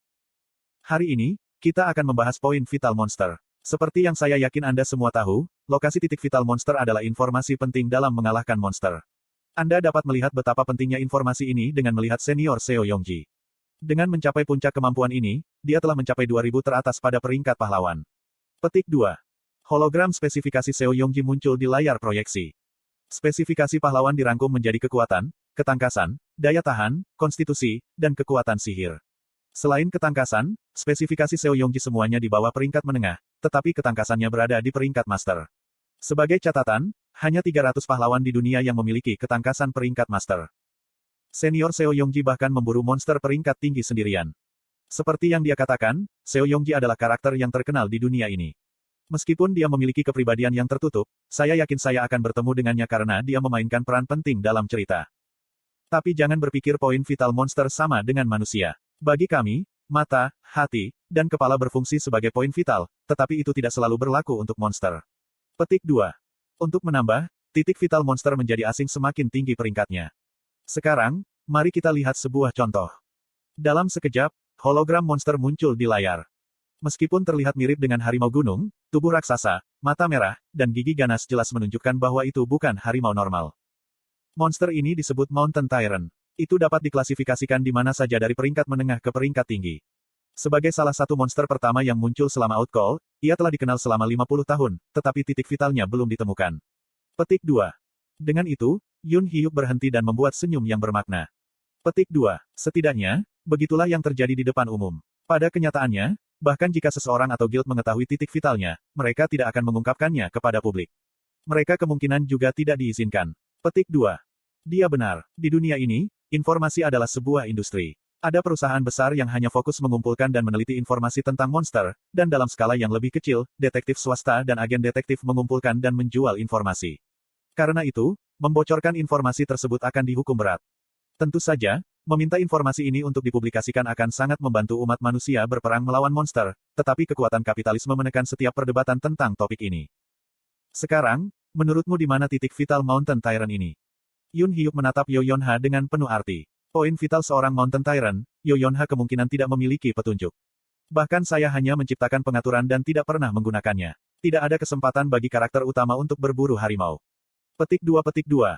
Seperti yang saya pikirkan, dia sepertinya tidak tahu. Melihat bagaimana dia mengotak-atik rambutnya dan melihat sekeliling, sepertinya dia malu karena tidak tahu jawabannya. Adakah yang mau menebak? Saya, tentu saja, tahu jawabannya. Itu adalah kesempatan bagus untuk menonjol, tetapi saya tidak mengangkat tangan.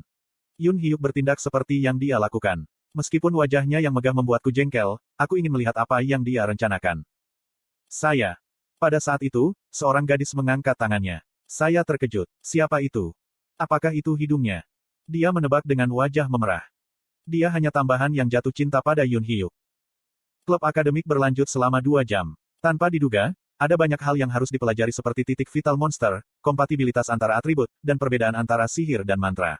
Saya belajar secara terperinci tentang hal-hal yang telah saya jelaskan dengan malas dalam novel saya, sementara saya menyaksikan para kadet perempuan yang lucu mendiskusikan topik itu. Kami memiliki pesta setelah yang direncanakan di restoran terdekat. Akan lebih bagus jika Anda bisa datang. Petik 2. Bagaimanapun, setelah klub berakhir, Yun Hyuk mengumumkan bahwa ada after party di restoran terdekat. Untuk beberapa alasan, Yo Yonha sepertinya tertarik untuk pergi. Merasa agak khawatir, saya mengikutinya. Saya tahu dia bukan tipe orang yang berpartisipasi dalam hal-hal seperti pesta sesudahnya. Hei, kamu mau pergi? Saya mendekatinya dengan santai dan bertanya. Dia tidak merespons. Berpikir itu karena cara saya berbicara, saya bertanya lagi. Kamu mau pergi? Dia mengabaikanku lagi. Kali ini, saya bertanya dengan lebih sopan dan sopan. Apakah kamu juga pergi ke after party, Yonha-si? Baru saat itulah Yo Yonha menanggapi dengan anggukan lemah. Mengapa? Apakah kamu tidak sibuk? Petik 2. Petik 2. Cih. Si bodoh ini. Itulah yang dikatakan mata Yo Yonha. Kenapa kamu pergi? Apakah kamu tidak ingin tahu tentang titik vital Mountain Tyrant? Hah? Oh, aku mengerti sekarang. Informasi publik tentang Mountain Tyrant sedikit yang bisa dikatakan. Tidak hanya kekuatannya sangat bervariasi dari individu ke individu, ia juga hidup di tempat yang sangat terpencil. Meskipun kulit Mountain Tyrant dijual dengan harga yang lumayan, sulit untuk merencanakan perburuan ketika orang tidak dapat memastikan jumlah orang yang efisien untuk dibawa. Yo Yonha adalah penerus guild besar. Jadi alasan Yun Hyuk bertindak seperti dia tahu titik vital Mountain Tyrant adalah ini. Karena saya tidak menulis novel saya dari sudut pandang Yo Yonha, saya tidak benar-benar menulis bagaimana Yun Hyuk berhasil membujuk Yo Yonha. Sepertinya, guild adalah kata kunci untuk memancingnya keluar. Yo Yonha memiliki garis keturunan guild. Klannya telah naik ke tampuk kekuasaan selama outcall 50 tahun yang lalu, berkat kesuksesan besar kepala generasi pertama keluarganya.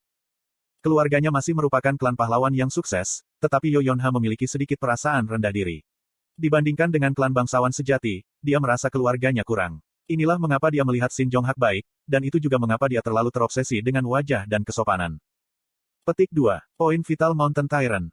Apakah ini peluang bagus untuk berinvestasi? Ada banyak manfaat dari menjaga hubungan baik dengan Yo Yonha. Dengan kemampuan yang hebat dalam menangani bisnis dan dalam menghitung profitabilitas, ia ditakdirkan untuk menjadi Raja Seoul di masa depan. Aku tidak penasaran. Saya sudah tahu. Apa? Yo Yonha bertanya lagi sambil mengerutkan alisnya. Dia tampak benar-benar kesal karena tidak percaya. Pada saat itu, saya membuat keputusan. Menggunakan informasi ini yang akan dipublikasikan suatu hari, saya akan menarik minat Yo Yonha dan menanamkan rasa misteri ke dalam dirinya. Mengingat SP dan manfaat tambahan yang akan saya dapatkan darinya, itu adalah perdagangan yang dapat diterima. Aku menurunkan suaraku menjadi bisikan dan menyampaikan informasi kepadanya dengan nada serius. Titik vital Mountain Tyrant ada di ujung kaki belakangnya. Apa-apaan kamu? Ada tanda biru di tumitnya. Tetapi denanya menentukan apakah itu hindelek kanan atau kiri. Mungkin itulah sebabnya titik vitalnya belum ditemukan sampai sekarang. Petik 2. Saya adalah orang yang menciptakan pengaturan untuk Mountain Tyrant. Saya terinspirasi oleh kisah Achilles, Hill ketika saya membuat pengaturan. Tidak mungkin bahwa pengaturan ini diubah, karena detail kecil tampaknya tidak tersentuh. Tubuh Mountain Tyrant memang tangguh, tetapi tanda biru pada tumitnya adalah satu-satunya tempat yang lembut. Itulah titik vital Mountain Tyrant. Jika Anda menyusun strategi di sekitarnya, itu akan mudah untuk merampoknya dari dua kaki belakangnya.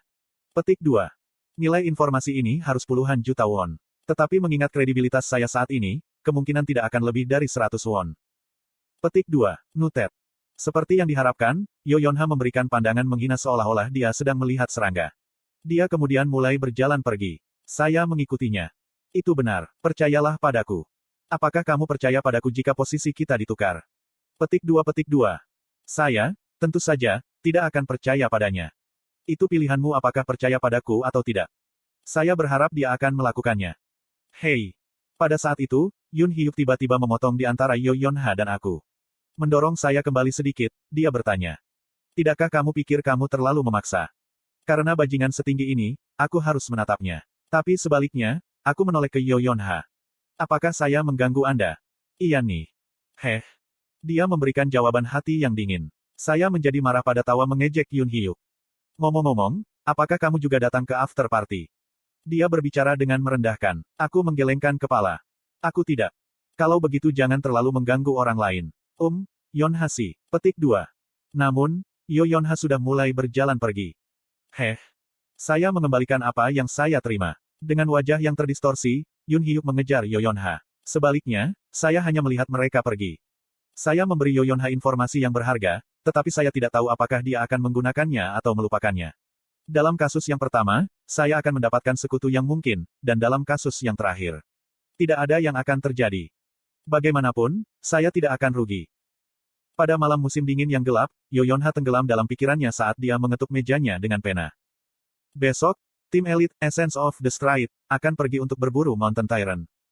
Mereka diam-diam membeli informasi tentang seorang Mountain Tyrant yang hidup di Gunung Kunggang, dan mereka sudah memastikan ukurannya dengan sebuah pengintai. Diperkirakan peringkat tingkat menengah tinggi 1.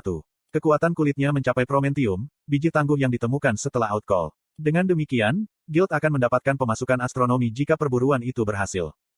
Tapi Yo Yonha mengkhawatirkan satu hal. Itu bukan untuk keselamatan tim berburu elit. Wakil pemimpin, Esensi Selat, saat ini memegang terlalu banyak kekuasaan. Dia merasakan kursinya ketika penerus Guild mengancam. Benar, kekhawatiran Yo Yonha adalah tentang ini. Untuk menyukseskan Guild tanpa masalah, dia harus mulai memberikan kontribusi. Pada akhirnya, Yo Yonha menyalakan jam tangannya. Menggunakan fungsionalitas komunikasinya, dia membuat panggilan telepon. Segera, gagang telepon mengangkat, dan layar hologram muncul. Petik 2. Paman. Ya, Nona muda. Di layar ada Kim Sang-ho. Dia adalah seorang veteran berusia 40-an, yang merupakan lengan kanan ayahnya yang paling terpercaya. Sejak dia masih kecil, Yo Yonha memperlakukannya seperti pamannya yang sebenarnya. Apa yang salah? Meskipun dia membuat panggilan, Yo Yonha terlalu malu untuk mengatakan apapun. Tanda biru pada tumitnya. Anda dapat menonaktifkan kedua kaki belakangnya dengan menyerangnya. Apa yang saya lakukan? Tertipu oleh omong kosong gila itu. Aku mengatakan ini kalau-kalau. Tetapi kemungkinan itu bukan nol dan sepertinya tidak ada salahnya untuk mencoba. Meskipun itu berasal dari orang gila yang gila itu, pasti ada alasan mengapa dia begitu percaya diri. Membenarkan dirinya sendiri, Yo Yonha menarik napas. Ya, Nona muda. Aku tahu ini terdengar gila, tapi... Menutup matanya dan mengepalkan tangannya, dia berbicara. Jika segala sesuatunya terlihat kasar, coba lihat tumit kaki belakangnya. Tanda hubung. Tumit Hindelek. Kim Sang-ho mengerutkan alisnya. Yo Yonha tahu apa artinya itu. Tetapi jika dia bisa membantu, dan jika informasi ini nyata. Ya, tumit belakangnya. Tumit. Baik di tumit kiri atau kanannya, harus ada. Well, saya tidak yakin apakah itu benar, tapi... Petik 2. Yo Yonha melanjutkan sambil mempertaruhkan rasa malu. Jika ada tanda biru di sana, cobalah membidik tempat itu. Chapter 16. Di tengah malam ketika burung hantu keluar untuk menangis, saya kembali dari bekerja dan pingsan di tempat tidur. Sejak saya datang ke dunia ini, saya sulit tidur. Tubuh saya lelah, tetapi pikiran acak yang tak terhitung jumlahnya muncul di kepala saya mencegah saya tertidur. Bagaimana saya bisa bertahan hidup di dunia ini? Tindakan apa yang harus saya ambil? Haruskah saya menjadi pendukung yang diam-diam membantu tokoh utama? Atau haruskah saya menjadi penjahat dan mengeksekusi sisi jahat dari dalam seperti di film noir yang saya lihat? Kemudian, saya tiba-tiba ingin tahu tentang statistik saya saat ini. Saya mencari laptop saya. Sama dengan. Statistik. Asterisk statistik variabel. Kekuatan 1,735. Stamina 1,845. Kecepatan 2,15. Persepsi 2,605. Vitalitas 1,65. Kekuatan sihir 1.3. Sama dengan. Benar saja, statistik saya sedang naik. Semua statistik selain kekuatan sihir telah melampaui rata-rata pria dewasa, 1,5, dan persepsi saya bisa dikatakan telah melampaui apa yang dimiliki orang biasa. Tetapi saya masih jauh dari siap memasuki ladang. Saya butuh uang, tidak akan lama sampai Guild Pack Horse Master go public. Tiba-tiba, sebuah pikiran melintas di benak saya. Memang, pergi ke lapangan adalah cara paling jujur untuk menghasilkan uang. Saya telah menundanya karena statistik saya kurang, tetapi setelah memikirkannya dengan cermat, ada jalan lain. Saya bisa menebus statistik saya yang kurang dengan menggunakan laptop untuk memperkuat senjata saya. Sama seperti Kim Suho, yang nantinya akan menggunakan satu pedang suci untuk memutuskan gunung. Sepertinya cara tercepat untuk menjadi lebih kuat. Tapi itu juga pemborosan SP.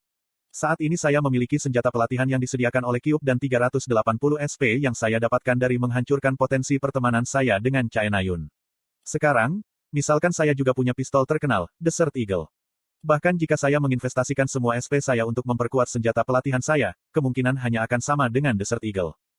Dengan kata lain, SP lebih efisien ketika memodifikasi senjata dengan kinerja basis yang lebih kuat. Berbicara tentang Desert Eagle, saya tiba-tiba menjadi penasaran. Itu adalah satu-satunya senjata api yang saya miliki di lingkungan saya. Tanpa bangun dari tempat tidur, saya menyalakan jam tangan pintar saya dan memasuki situs web pedagang senjata. Gudang senjata esensial. Itu adalah gudang senjata yang dioperasikan oleh Guild, Essence of the Stride. Karena senjata di atas kelas artefak dijual dalam pelelangan, Essential Armory adalah situs web paling populer untuk senjata pabrik. Selamat datang di Essential Armory. Seperti yang diharapkan dari situs web dealer senjata paling populer, itu dirancang dengan baik. Homepage memamerkan item baru, sedangkan bila atas memiliki kategori seperti pedang, tombak, busur, dan rapier. Mungkin karena tentara bayaran sering menggunakan situs web, ia juga memiliki pilihan senjata yang bagus. Saya mengklik kategori, pistol. Ada berbagai jenis senjata seperti pistol, senapan serbu, dan senapan sniper. Untuk saat ini, pistol cocok untuk saya karena tidak menghalangi gerakan saya. Elang gurun tampaknya menjadi pilihan populer di kalangan pistol, karena saya segera menemukannya. Sama dengan. Elang gurun. Rasakan kekuatan transendental. Dibangun di Desert Eagle adalah perangkat amplifikasi sihir yang meningkatkan kekuatan peluru ajaib. Karena kekalahan besar, Desert Eagle direkomendasikan hanya untuk penembak jitu yang paling mahir. Asteris berat, 3,5948 kg, 1,2938 kg dengan efek penurunan berat sihir ditambahkan. Asteris panjang, 333 mm. Asteris identifikasi dan kontrak diperlukan untuk membeli. Sama dengan. Elang gurun. Gambarnya di situs web terlihat jauh lebih indah daripada desain aslinya. Laras itu memiliki warna platinum yang elegan, sementara elang yang agung terukir di pegangannya. Sambil terlihat seperti karya seni, senjata ini memiliki bobot yang berat dan ukuran yang besar. Dari pandangan sekilas, aku bisa tahu seberapa kuatnya itu. Hanya ada satu masalah. Itu terlalu mahal. Barang itu mahal. Harga dasarnya adalah 20 juta won, dan harganya 2 kali lipat ketika saya mengklik kotak centang yang mengatakan, lampiran lengkap. Saya membutuhkan senjata untuk menghasilkan uang, jadi membeli itu sepertinya tidak produktif. Petik 2. Saya mencoba memikirkan apa yang harus dilakukan, tetapi otak saya menolak berfungsi. Kesadaran saya berkabut, dan saya merasa mengantuk. Sepertinya tidur akan segera mendatangi saya. Saya mematikan jam tangan pintar tanpa ragu-ragu dan mempercayakan diri pada insting saya. Memikirkan hal ini bisa menunggu sampai besok. Ketika saya membuka mata kembali, itu hari Rabu. Cahaya pagi yang cerah bersinar melalui tirai. Itu adalah cahaya yang tidak menyenangkan, tidak peduli berapa kali aku melihatnya. Hari yang melelahkan lainnya telah dimulai. Wah! Sambil menghela nafas, aku menepis emosi negatif yang datang kepadaku setiap pagi. Setelah berjalan dengan susah payah ke kamar mandi dan dicuci, aku mengenakan seragamku dan meninggalkan asrama. 10 menit sudah cukup untuk rutin ini. Begitu di luar, saya melihat taruna lain bersiap-siap untuk kelas. Itu masih pagi, tetapi mereka sibuk tertawa dan mengobrol. Melihat mereka menikmati kehidupan sekolah mereka, saya mulai menyadari mengapa saya merasa sangat lesu. Saya tidak punya teman di dunia ini. Saya bahkan tidak punya seseorang untuk diajak bicara. Bisa bergaul dengan teman-teman adalah satu-satunya hal yang membuat sekolah tidak membosankan, tetapi aku tidak lagi berada di dunia lamaku. Haruskah saya mencoba mencari pacar? Tidak, saya terlalu malas untuk itu. Jika saya menggunakan terlalu banyak emosi saya pada hubungan manusia yang tidak perlu, kondisi saya bisa bertambah buruk. Yap. Saya seharusnya puas dengan kematian saja. Dengan itu, aku mempercepat langkahku ke ruang kelas. Seperti yang Anda ketahui, basis data guild berisi banyak informasi berguna. Tetapi sebagian besar waktu, Anda harus mencapai peringkat tertentu untuk mendapatkan akses ke mereka. Petik 2. Saya memikirkan senjata saya dengan setengah hati mendengarkan ceramah seorang profesor tua. Sosok elang yang agung berkilauan di depan mataku. Bagaimana saya bisa menghasilkan uang untuk membelinya? Hal pertama yang saya pikirkan adalah menjual informasi. Saya telah merancang sebagian besar monster sendiri, jadi saya kira-kira tahu poin dan atribut vital mereka. Karena setiap guild memiliki koleksi data yang berbeda, jika saya menjual informasi yang mereka tidak punya. Tidak, ini bukan ide terbaik. Pertama-tama, butuh 5 tahun bagi seorang pialang informasi untuk membangun reputasinya. Tampaknya bukan ide yang baik untuk mengganggu keseimbangan dunia hanya untuk menghasilkan uang. Petik 2. Sekarang, mari kita lanjutkan setelah istirahat sebentar. Sebelum saya perhatikan, waktu istirahat bergulir. Saya segera menyalakan jam tangan pintar saya untuk masuk ke Essential Armory sekali lagi, tetapi saya telah menerima pesan yang tidak terduga. Permisi. Saya kenal dengan nama pengirim. Peringkat 7, Yo Yonha.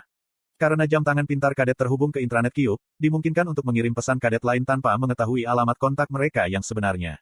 Ini adalah pertama kalinya saya menggunakan fitur ini. Yo Yonha sedang duduk di barisan depan. Setelah melirik bagian belakang kepalanya, aku membalas pesannya. Apa? Apakah kamu?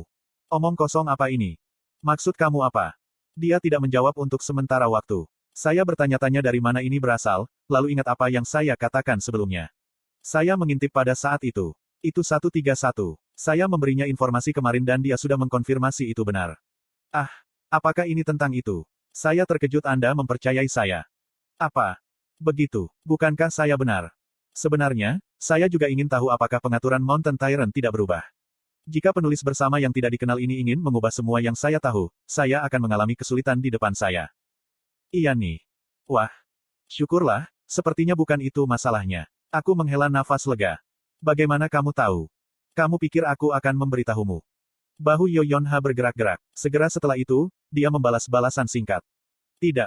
Seringai muncul di wajahku. Ketika saya hendak mengakhiri pembicaraan, saya ingat sesuatu. Desert Eagle, burung pemangsa yang anggun dan bermartabat. Saya hampir lupa tentang itu. Alasan saya memberikan informasi kepadanya adalah untuk saat-saat seperti ini. Secara kebetulan, Essential Armory dioperasikan oleh Guild Yo Yonha, Essence of the Stride. Bagaimanapun, jika Anda mendapat manfaat dari informasi yang saya berikan kepada Anda, saya ingin meminta bantuan. Yo Yonha tiba-tiba berbalik. Seolah-olah dia mengawasi kursi saya, dia tahu persis di mana saya berada. Meskipun tatapannya masih tajam, sepertinya beratnya kurang. Bagaimana saya mengatakannya? Benar, dia tampak seperti sekantung uang besar. Chapter 17. Apa yang kamu inginkan? Saya tahu Yo Yonha akan setuju. Dia adalah tipe orang yang tidak tahan dengan bantuan sepihak. Sekarang, saya bertanya-tanya apakah saya harus meminta. Meminta uang tidak terasa benar. Yo Yonha yang saya bicarakan, tapi dia masih di bawah umur. Dia kemungkinan tidak bisa menghabiskan puluhan juta won dengan bebas. Itu mudah. Saya butuh senjata. Setelah mengirimnya pesan di atas, saya mengiriminya tautan ke Essential Eagles Desert Eagle. Yo Yonha memandangi tautan yang aku kirimkan padanya dan menatapku kembali. Dia tampaknya tidak memiliki permusuhan. Saya pikir ini cukup murah. Saya mengerti. Bagus, dia setuju. Apakah mungkin untuk mendapatkannya besok? Semakin cepat, semakin banyak uang yang saya hasilkan. Bahkan jika besok terlalu sulit, saya berharap mendapatkannya pada akhir minggu. Ya, saya akan membereskannya. Anehnya, dia menjawab tanpa ragu-ragu, meskipun orang tuanya masih harus bertanggung jawab atas pekerjaan guild. Saya terkesan dengan ketegasannya. Kembalilah ke tempat dudukmu. Istirahat berakhir tepat pada saat yang tepat, ketika profesor tua melanjutkan kelas setelah minum air. Kelas teori hari Rabu berakhir. Dan pada 3 p.m., pelatihan anti-personil dimulai. Dalam bidang pelatihan yang cukup besar, setiap kadet bertemu dengan yang lain yang mereka janjikan untuk bertanding. Sementara itu, saya mencari instruktur dengan menyedihkan. Hei! Sebuah suara tajam menusuk telingaku dari belakang. Itu pasti memanggil saya. Aku berbalik dan langsung membeku. Chae Nayun memelototiku dengan mata yang menakutkan. Dia bertanya, berdebat denganku. Permusuhan dalam nada suaranya berbatasan dengan niat membunuh. Teguk. Saya menelan seteguk air liur. Seperti pepatah, sebuah kata menyebabkan hutang senilai 1000 tael emas, saya telah membuat musuh yang menakutkan dengan hukuman. Memang, Chae Nayun terlalu berbahaya bagi seseorang untuk dimiliki sebagai musuh. Untuk menjalani kehidupan yang damai, saya harus memperbaiki hubungan kami meski harus berlutut dan mengemis. Tapi ketika memandang Chae Nayun, aku berpikir, apakah dia bisa memaafkan saya untuk penghinaan saya hanya karena saya minta maaf? Melihatku diam, Chae Nayun menunjuk pistolku dan berbicara. Senjatamu. Membawanya keluar. Pistol latihan pertama pecah ketika aku melawan Jin. Ini yang baru. Aku menatap sarungku, lalu kembali ke Chae Nayun. Aku tidak mau. Petik 2. Kamu takut. Dua kata ini membawa gema yang hebat, menyebabkan mata pada bidang pelatihan jatuh pada kami. Bagaimana saya harus bertindak di depan Chae Nayun? Tanpa ragu, insiden yang saya tidak tahu tentang itu sudah terkenal di antara semua taruna. Kim Chundong yang asli seharusnya tahu tentang itu juga. Jadi jika saya meminta maaf sekarang, itu mungkin tampak seperti penghinaan yang lebih besar. Tidak. Selain itu, mungkin lebih baik bagiku untuk tetap menjadi orang jahat untuk Chae Nayun. Tujuan pertama dan terpenting saya dan alasan saya bekerja sangat keras tanpa istirahat adalah untuk membunuh kakak laki-lakinya dalam waktu tertentu. Bahkan jika saya memperbaiki hubungan saya dengan Chae Nayun dan bahkan menjadi teman, tindakan saya hanya akan meninggalkannya dengan perasaan pengkhianatan dan kebencian yang kejam. Aku khawatir kamu mungkin terluka. Benda ini menggunakan peluru sungguhan, kau tahu. Petik 2. Segera, berat atmosfer berubah. Chae Nayun mengepalkan busurnya. Aku bisa melihat jumlah kekuatan yang dia masukkan melalui pembuluh darah yang keluar dari tangannya. Aku tidak berpikir pelurumu akan menyakitiku bahkan jika mereka menabrak. Chae Nayun dengan paksa menekan amarahnya dan membalas dengan mencibir dingin. Respons saya sederhana. Kamu tidak akan terluka. Anda akan mati sebagai gantinya. Petik 2. Petik 2. Katakan itu lagi, Pang. Chae Nayun mendekatiku dari dekat. Dia tampak seperti akan meledak kapan saja. Secara teknis dia berusia 165 tahun ketika saya berusia 174 tahun, tetapi dia tampak jauh lebih besar karena suatu alasan. Sungguh, kamu pikir kamu ini siapa? Suasana berubah menjadi lebih buruk dan lebih banyak penonton berkumpul untuk menyaksikan pertarungan. Pada saat itu, Chae Nayun, kembali. Sang instruktur melangkah masuk. Aku menghela nafas lega, bersyukur dia datang sebelum semuanya terlambat. Chae Nayun menoleh ke arah instruktur. Kenapa harus saya? Sebelum dia mendapatkan pistol untuk sparring, tidak ada yang bisa berdebat dengan kadet Kim Hajin. Tapi aku tidak keberatan. Aku pikir. Mengapa? Gagal mengindahkan perintah instruktur akan dipenuhi dengan tindakan disipliner. Petik 2. Kata-kata seorang instruktur mutlak. Chae Nayun menggertakkan giginya dengan tatapan salah. Tapi pada akhirnya, dia memberiku tatapan terakhir sebelum pergi. Para penonton juga bubar dan kembali ke pelatihan mereka. Semuanya kembali normal. Keluarkan senjatamu. Instruktur berbicara ketika dia membungkus tangannya dengan perban. Namanya, Park Hyun-ah, kan? Saya bertanya kepada instruktur. Apakah pistol untuk pertarungan bahkan ada?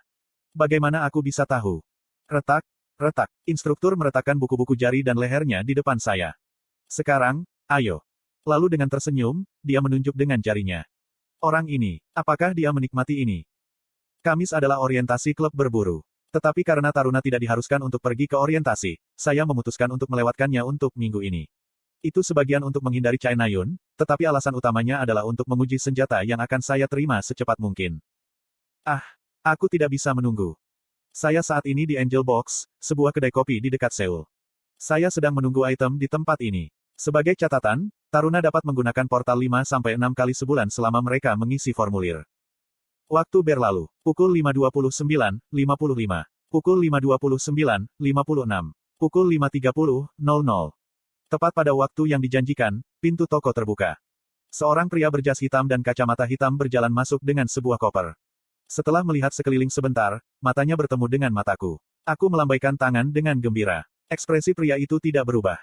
Melangkah dengan kakinya yang panjang, dia berjalan ke arahku. Kim Hajin Si. Iya, itu aku. Aku merasa seperti tahu siapa pria ini. Hanya satu orang muncul di kepala saya ketika saya memikirkan petugas Yoyonha, Jin Sehan. Lelaki itu diduga Jin Sehan meletakkan koper di atas meja tanpa duduk. Ini itemnya. Silakan lihat. Petik 2. Apakah kamu sedang terburu-buru? Kamu boleh duduk. Saya menunjuk ke kursi di depan saya. Sebelum saya menerima item ini, saya ingin melakukan tes cepat. Petik 2. Dia duduk tanpa keluhan. Saya mengeluarkan laptop yang saya beli dari tas saya. Kemarin, saya membuat beberapa perubahan pada laptop ini. Benar, saya bisa menggunakan laptop untuk memodifikasi laptop itu sendiri. Apakah kamu sedang melakukan sesuatu? Maksud kamu apa? Pria itu memiringkan kepalanya. Mengapa kamu mengetuk udara? Petik 2. Kamu tidak bisa melihat ini. Saya mengangkat laptop saya. Petik 2. Dia menatapku seolah-olah aku gila. Begitu ya, saya agak curiga, tetapi sepertinya saya benar. Hanya saya yang bisa melihat laptop ini. Haha, aku bercanda. Itu baik-baik saja dengan saya. Saya menyalakan laptop. Pengaturan tambahan yang saya masukkan ke laptop saya adalah ini. Ketika Kim Hajin berada dalam jarak 50 meter dari target dengan pengaturan yang diubah, konten, dan ringkasan perubahan akan dikirim ke laptop Kim Ha-jin. Asterisk tidak berfungsi pada target yang melewati tingkat kepentingan tertentu. Alasan saya menambahkan pengaturan ini adalah karena saya pikir akan lebih efisien jika saya diberitahu tentang perubahan melalui media objektif daripada harus memperhatikannya dan kemudian diberitahu oleh penulis bersama. Entah karena penulis tidak peduli atau karena dia mendorong modifikasi yang saya buat, saya hanya perlu membayar 200 SP. Perubahan pengaturan telah terdeteksi. Dan saat ini, ada peringatan di laptop seperti yang diharapkan. Jin Se-han, perasaannya terhadap Yo Yeon-ha telah diperdalam. Saya tidak keberatan dengan perubahan ini. Ngomong-ngomong, aku akan memeriksanya sekarang. Saya membuka koper. Klik, klik. Dengan suara elegan, casing dibuka. Cahaya cemerlang muncul dari dalam. Wow. Duduk di atas beludru merah mewah adalah pistol platinum dan majalah. Itu bahkan lebih indah dari apa yang saya lihat di gambar. Seperti yang dijanjikan, itu adalah Desert Eagle dengan lampiran penuh dan majalah 60 butir peluru ajaib tingkat puncak. Terima kasih. Kamu bisa pergi sekarang. Petik 2. Saya tidak lagi peduli dengan Jin Se-han. Menggunakan laptop saya memeriksa pengaturan senjata baru saya. Sama dengan. Elang gurun. Peringkat tinggi, atribut logam. Pistol mahakarya, berisi beberapa efek tambahan. Attack Power Amplification 1/10. Sihir reduksi berat badan tingkat rendah. Sihir kontrol recoil tingkat menengah. Sama dengan.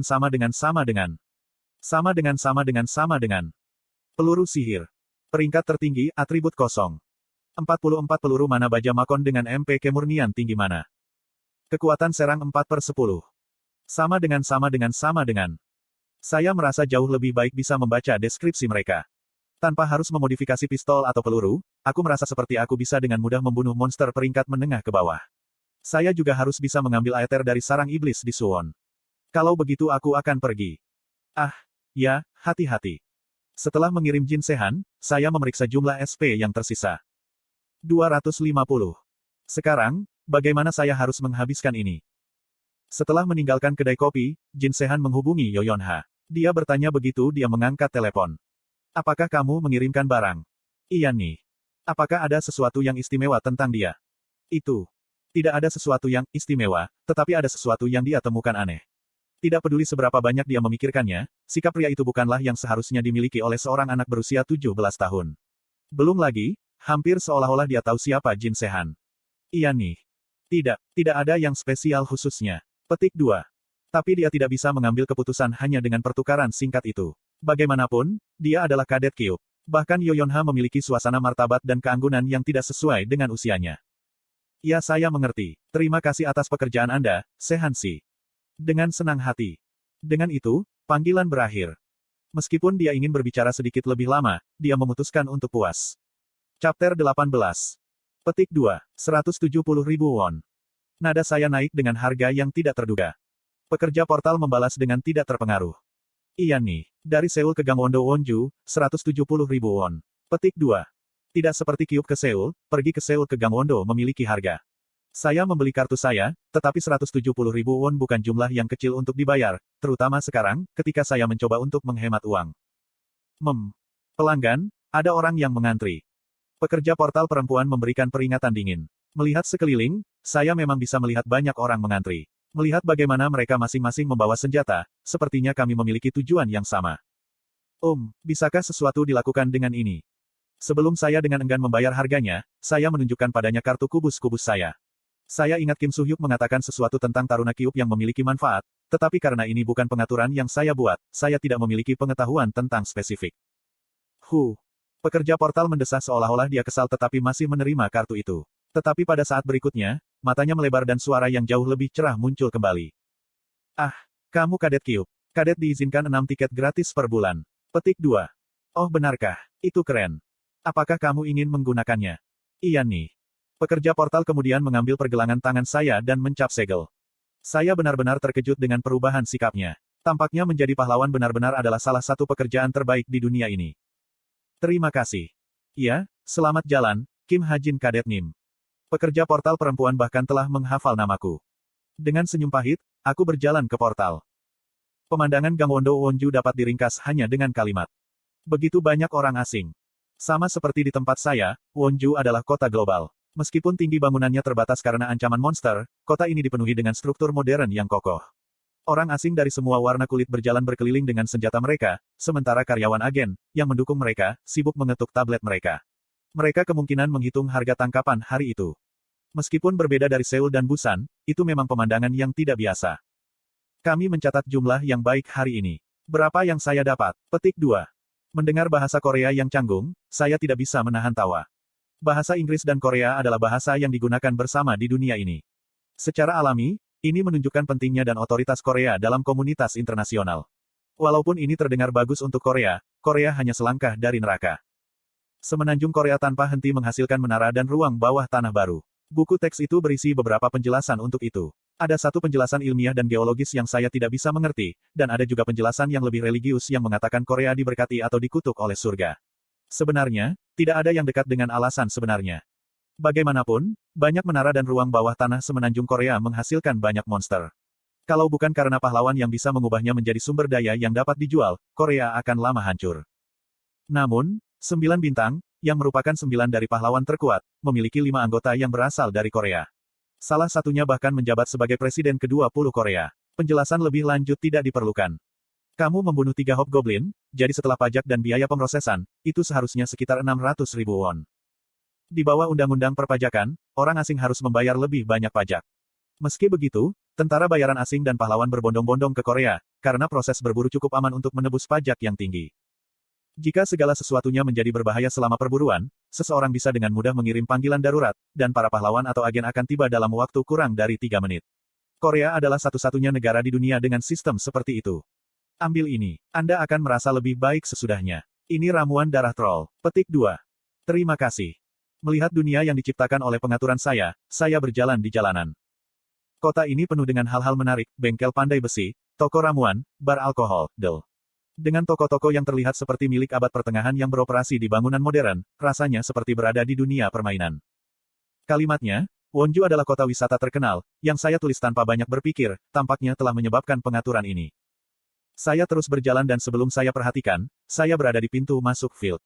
Ada banyak orang yang sudah menunggu di dekatnya. Saya harus pergi ke Provinsi Hamgyeong jika saya ingin berburu di tempat yang tenang, tetapi Provinsi Hamgyeong terlalu berbahaya bagi saya saat ini.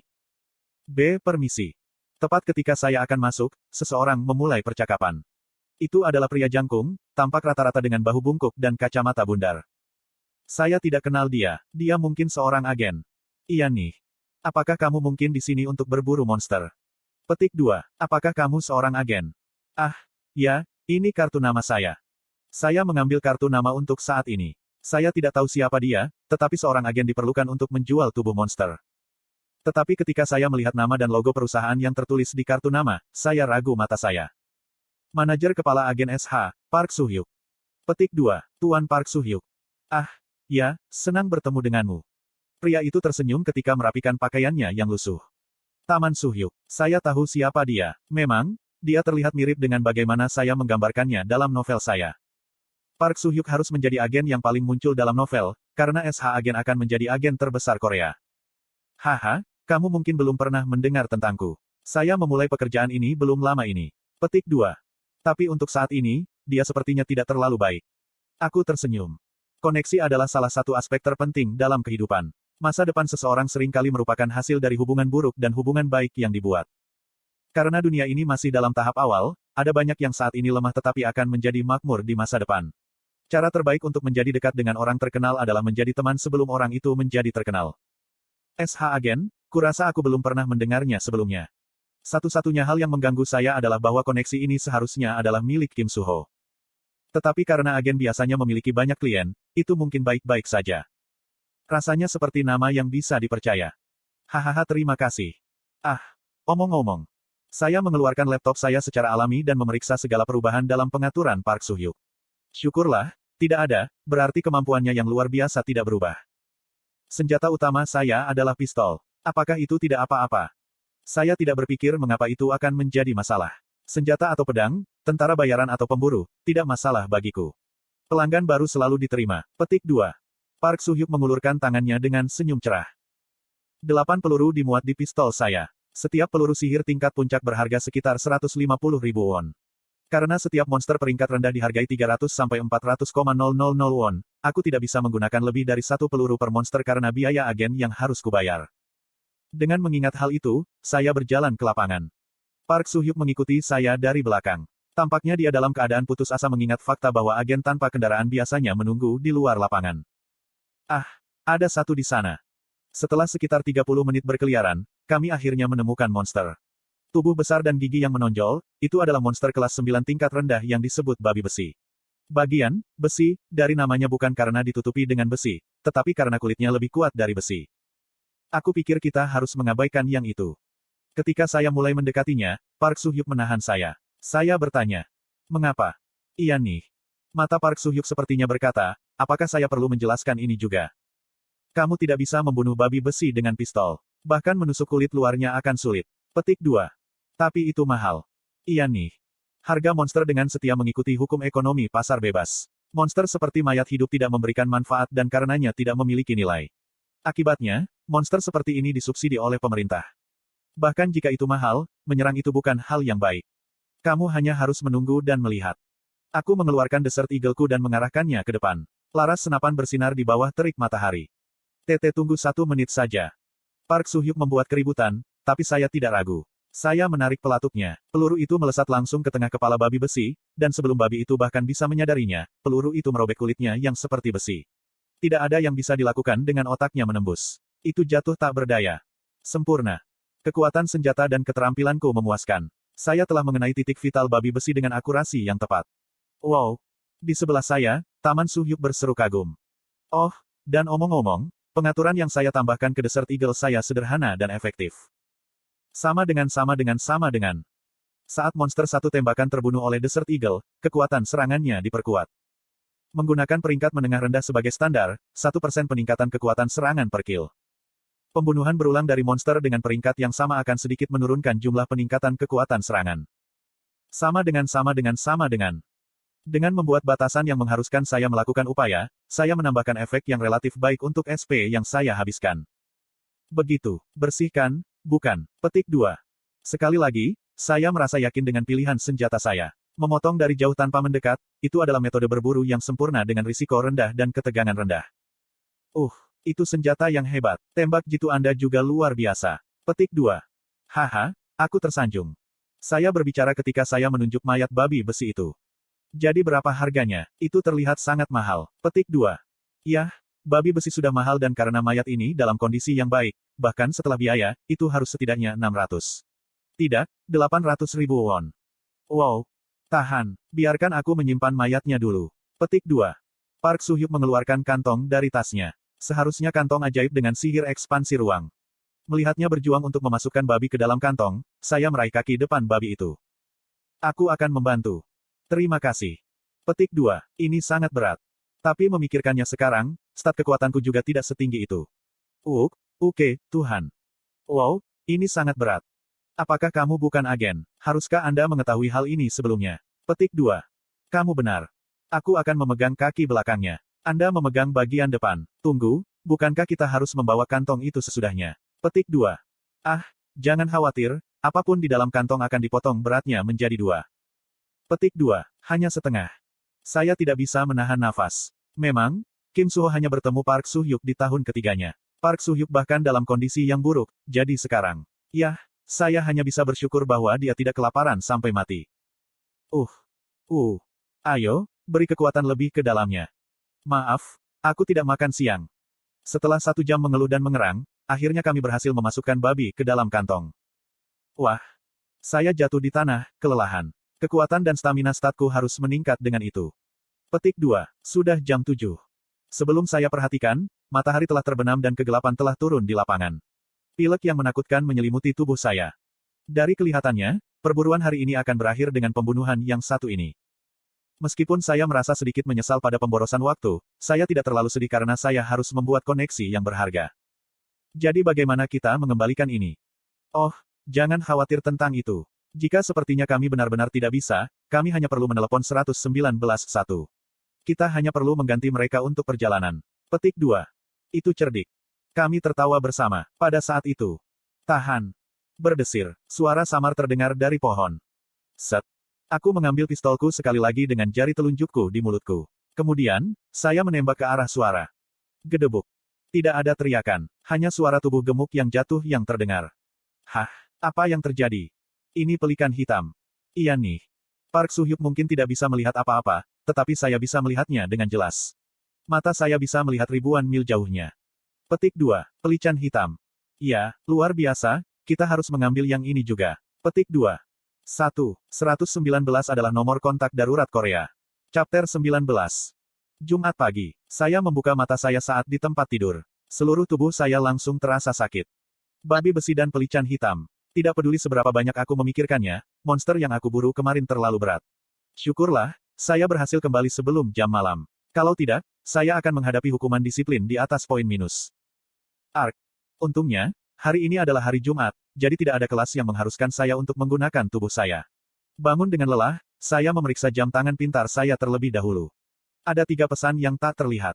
810.130 won telah disimpan. 450.270 won telah disimpan. Ini pembayaran untuk monster kemarin. Saya berharap bisa bekerja sama dengan Anda lagi. Manajer Kepala Agensi SH, Park Soo-hyuk. Pembayarannya lebih cepat dari yang saya harapkan. Jika saya ingat dengan benar, kontrak eksklusif memiliki pembayaran bulanan. Punyaku pasti cepat karena itu adalah kesepakatan satu kali. Tapi tetap saja, untuk menjaga mereka semalaman. Dia yakin cepat dengan pekerjaannya. Seperti yang diharapkan dari Taman Soo-hyuk. Berkat Park Soo-hyuk, saya sekarang memiliki sesuatu untuk dilakukan hari itu. Sekarang saya bisa membuka akun broker dan membeli saham Guild Pack Horse Master. 1 juta won terdengar seperti awal yang baik. Aku berjalan ke kamar mandi dengan berbagai pemikiran di kepalaku. Setelah membasuh kantukku yang tersisa dengan air dingin, aku mengeringkan diriku, mengenakan seragam kadetku, dan pergi ke kelas. Kelas periode pertama hari Jumat ada di Analisis Fenomena Alam. Dari apa yang dikatakan kadet-kadet lain, tampaknya kita mendapat kelas teori yang paling sulit karena kita tidak memiliki pelatihan fisik hari ini. Tentu saja, ini tidak berlaku untuk saya. Saya duduk di kursi acak dan mengeluarkan laptop saya. Setelah mengetahui bahwa hanya saya yang bisa melihatnya, saya secara terbuka mengutak-atiknya di kelas. Sama dengan. Master Penembak Jitu. Peringkat menengah rendah atribut roh berkembang, tingkat 8 kemahiran EXP 13%. Master Sharpshooter Training. Asteris keakraban dengan semua senjata jarak jauh. 3000 mata. Asteris dapat melihat jauh dan memprediksi jalur pergerakan target. Asteris meningkatkan kecepatan dan persepsi sebesar 0,3 poin. Saat-saat penting, waktu tertentu. Asteris hanya dalam pertempuran dan sekali setiap 24 jam, Anda dapat menghabiskan 10 detik di waktu peluru. Sharpshooter of Reversal. Asteris bergantung pada stat yang tidak berubah dari Kim Ha-jin. Keberuntungan, Anda dapat memberikan bonus kerusakan terhadap musuh yang lebih kuat. Sama dengan. Penembak jitu dari reversal, keterampilan peringkat rendah yang saya dapatkan dari mengalahkan Jin, cukup baik. Master Sharpshooter juga telah mencapai grade 8. Tentu saja, kecepatan pertumbuhannya akan menurun semakin tinggi grade-nya. Duduk.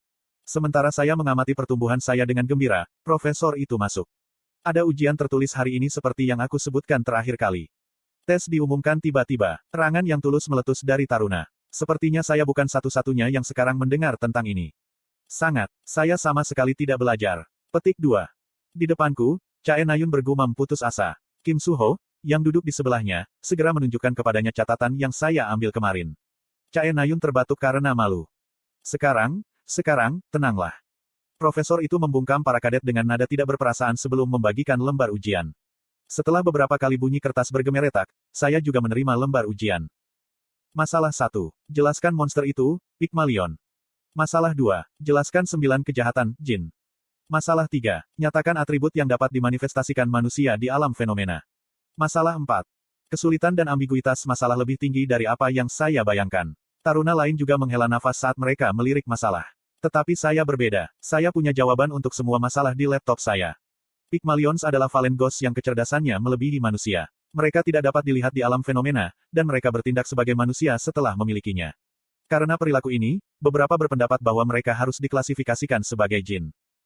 Tentu saja, saya akan mendapatkan masalah jika salah satu pengaturan mereka diubah, tetapi itu bahkan lebih baik.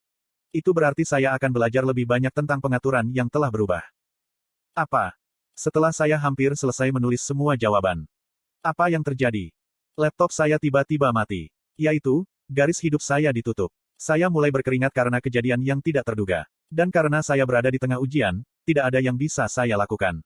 Kemudian, kata-kata biru tiba-tiba muncul di layar LCD. Sebulan telah berlalu. Fungsionalitas laptop akan diperbarui. Hadiah observasi dan membaca Kim Ha-jin yang ditargetkan akan diperkuat. Ada pertemuan pada setiap hari Jumat genap. Yoyonha menyebut pertemuan kepemimpinan sosial ini, Nobel Society. Yoyonha ingin Nobel Society menjadi sumber koneksi vital begitu dia lulus, tetapi Chae Na-yun, yang merupakan koneksi paling penting, tidak terlalu memikirkannya. Bagi Chae Na-yun, Nobel Society seperti reuni alumni, tempat ia bertemu dengan teman-teman masa kecilnya. Pertemuan Nobel Society hari ini berada di sebuah kedai kopi di Seoul. Bagaimana nilaimu? Cukup bagus. Jong-hak yang aku tahu tidak puas kecuali dia mendapat tempat pertama. Hanya Shin Jong-hak dan Yoyonha yang ada di kedai kopi. Tidak ada pelanggan lain yang hadir. Itu adalah kedai kopi yang populer, tetapi Yoyonha telah berbicara dengan pemiliknya untuk menyewakan tempat itu. Seperti yang saya katakan, itu cukup baik. Ya baiklah. Dentang. Bel di pintu kedai kopi berdering. Yoyonha dan Shin Jong-hak berbalik ke arah pintu. Itu Chae Na-yun, yang mengenakan pakaian seperti Chae Na-yun, jeans biru dan jaket hitam di atas kemeja putih yang sedikit tembus pandang. Dia berjalan seperti pria, tetapi sosoknya yang elegan lebih menawan dari wanita lain. Chae Na-yun, kamu datang hari ini. Shin Jong-hak melambaikan tangannya sebagai salam. Chae Na-yun berjalan dan berbicara setelah melihat-lihat toko. Hei, kemana perginya antekmu? Di mata Chae Na-yun, Shin Jong-hak adalah tipe orang yang suka membawa para antek. Pengikut Shin Jong-hak ini umumnya adalah anak perusahaan atau guild besar, dan meskipun Shin Jong-hak menyebut mereka sebagai teman, hierarki dalam hubungan mereka jelas bagi siapa saja untuk melihatnya. Mereka sedang berlatih. Mitems segera. Petik 2. Oh, orang-orang itu juga bersiap untuk ujian. Chae Na-yun membuat komentar yang tajam dan duduk. Daripada itu, bagaimana yang kamu lakukan pada ujian tertulis terakhir? Apakah kamu mengolok-olok saya? Tidak, hanya saja kamu bertanya apakah orang lain sedang mempersiapkan ujian. Itu berbeda. Saya berbicara tentang ujian tempur. Siapa yang peduli jika Anda pandai teori? Petik 2. Berbeda dengan ketika dia bersama Yoyonha, Shin Jong-hak aktif mengangkat topik pembicaraan. Balasan Chae Na-yun tidak berbeda dari biasanya. Yoyonha memperhatikan keduanya berbicara dengan tenang. Dia tidak terlalu memikirkannya. Mereka hanya berbicara sebagai teman. Tapi raut wajah Shin Jong-hak ketika dia berbicara dengan Chae Na-yun, senyumnya yang lembut, dan matanya yang ramah, tidak terlalu ramah pada Yoyonha. Kirk. Yoyonha dengan ringan mengepalkan giginya dan mengambil secangkir kopi yang dia pesan untuk Chae Na-yun. Karena dia memesannya 30 menit yang lalu, itu suam-suam kuku. Dia melepaskan kekuatan sihirnya ke dalam cangkir, memanaskan kopi. Ngomong-ngomong, apa kamu kenal Kim Ha-jin? Tetapi pada saat itu, fokusnya benar-benar tersebar dan telinganya terbuka. Yoyonha secara tidak sengaja bergabung dengan percakapan. Kim Ha-jin. Ya. Bagaimana dengan dia? Wajah Chae Na-yun menjadi sangat terdistorsi. Bagaimana menurutmu tentang bajingan itu, Yonha? Yoyonha merasa jantungnya berdebar. Kim Ha-jin. Biasanya, dia tidak harus memikirkan seseorang seperti Kim Ha-jin. Bahkan jika dia melakukannya, penilaiannya tentang dia akan menjadi, aku tidak peduli, atau, gila-gila itu. Tetapi keadaan telah berubah. Ada sesuatu tentang dia. Dia tidak tahu persis apa, tapi dia tidak sesederhana itu. Tapi Yoyonha sengaja menyembunyikan pikiran batinnya. Maksud kamu apa? Dia hanya pria biasa. Petik 2. Tidak apa-apa. Chae Na-yun meraih cangkir kopinya dengan kasar. Yoyonha menelan ludahnya di reaksi aneh Chae Na-yun. Bajingan itu menyembunyikan sesuatu dengan pasti. Apa yang membuatmu sangat marah? Kali ini, Shin Jong-hak bertanya. Wajahnya penuh senyum, seolah-olah dia senang melihat Chae Na-yun yang marah. Kamu tidak tahu, ada jin di Museum Senjata Nasional selama insiden monster baru-baru ini di Seoul. Lalu, bajingan itu. Petik 2. Dengan itu, Chae Na-yun meneguk kopinya. Dia kemudian segera memuntahkannya. Persetan, panas sekali. Air. Terengah-engah, dia mencari air dingin. Yoyonha dengan hati-hati menghiburnya, merasakan simpul di hatinya dilonggarkan. Petik 2. Na-yun, itu kopi, bukan air dingin. Kamu belum berubah, kan? Shin Jong-hak tertawa, sementara seorang karyawan dengan cepat berlari dengan air dingin. Es di sini. Chae Na-yun dengan cepat meraihnya dan menelannya. Lidahku terbakar. Kemudian, dia menarik napas sebelum melanjutkan di mana dia pergi. Ngomong-ngomong, jin itu lebih kuat dari Kim Suho dan aku pikir. Bahkan aku. Petik 2. Pada saat itu, Chae Na-yun berhenti sekali lagi dan memperhatikan kedua pendengarnya. Karena apa yang terjadi pada saat itu memalukan, dia tidak ingin membicarakannya secara rinci. Petik 2. Bahkan aku sedikit kesulitan. Kim Suho adalah cerita yang berbeda, tetapi bagaimana seorang kadet biasa menyukainya dapat memberikan kerusakan fatal pada jin. Petik 2. Apa yang sebenarnya terjadi? Saya tidak ingin menjelaskannya secara rinci. Ketahuilah bahwa dia meledakkan lengan jin. Dengan pistol, sebuah senjata. Bagaimana itu masuk akal? Petik 2. Meledakkan lengan jin dengan pistol. Memang, Sulit untuk percaya tanpa melihatnya secara langsung. Yoyonha merenung saat dia mengusap dagunya. Dia melihat Kim Ha-jin berkelahi. Memang benar bahwa dia cepat, tetapi sulit untuk mengatakan dia memiliki kekuatan serangan untuk mematahkan lengan Jin. Ah, tunggu. Pada saat itu, Chae Na-yun tiba-tiba memasang nada serius. Matanya tampak gugup dan dia tampak ragu untuk berbicara. Secara alami, perhatian Shin Jong-hak dan Yoyonha jatuh pada dirinya. Mungkinkah dia, Jin? Petik 2. Na-yun, jika dia adalah seorang Jin, dia tidak akan menyerang sesama Jin. Tapi Yoyonha dengan cepat memecahkan atmosfer dengan kalimat. Kurasa kamu benar. Ngomong-ngomong, ada sesuatu tentang orang itu. Petik 2. Jadi, kau memberitahuku bahwa kau tidak menyukainya. Pada saat itu, Shin Jong-hak, yang mendengarkan tanpa sepatah kata pun, memecah kesunyiannya. Chae Na-yun dan Yoyonha mengerti arti tersembunyi di balik kata-katanya. Chae Na-yun merenungkan bagaimana menjawab. Dia tahu kepribadian Shin Jong-hak dengan baik. Bergantung pada jawabannya, masa depan pria itu akan berubah secara nyata. Setelah sedikit perenungan, Chae Na-yun menjawab singkat. Petik 2. Aku tidak yakin, tapi sesuatu seperti itu. Chapter 20. Memperbarui sedang berlangsung. 79%. Saat ini, pukul 9 pagi, Sabtu. Jelas, laptop saya masih mati. Itu hanya naik 79% dalam satu hari penuh. Saya bertanya-tanya fitur baru apa yang akan didapat. Di sisi lain, aku sedang sekarat karena cemas saat aku menunggu. Saya menatap persentase pembaruan laptop ketika jam tangan pintar saya berdering. Akun pialang untuk Kim Ha-jin telah dibuka. Oh, sudah selesai. Saya juga khawatir tentang ini juga. Akan mudah jika saya sudah dewasa, tetapi saya masih di bawah umur. Sama seperti di dunia sebelumnya, anak di bawah umur tidak dapat membuka akun pialang tanpa persetujuan wali. Jika saya bukan seorang kadet di Kyuup, tidak mungkin untuk membuka akun broker. Sekarang saya memiliki akun, saya segera mulai bekerja. Pertama, menggunakan jam tangan pintar saya memindahkan uang ke akun broker baru saya.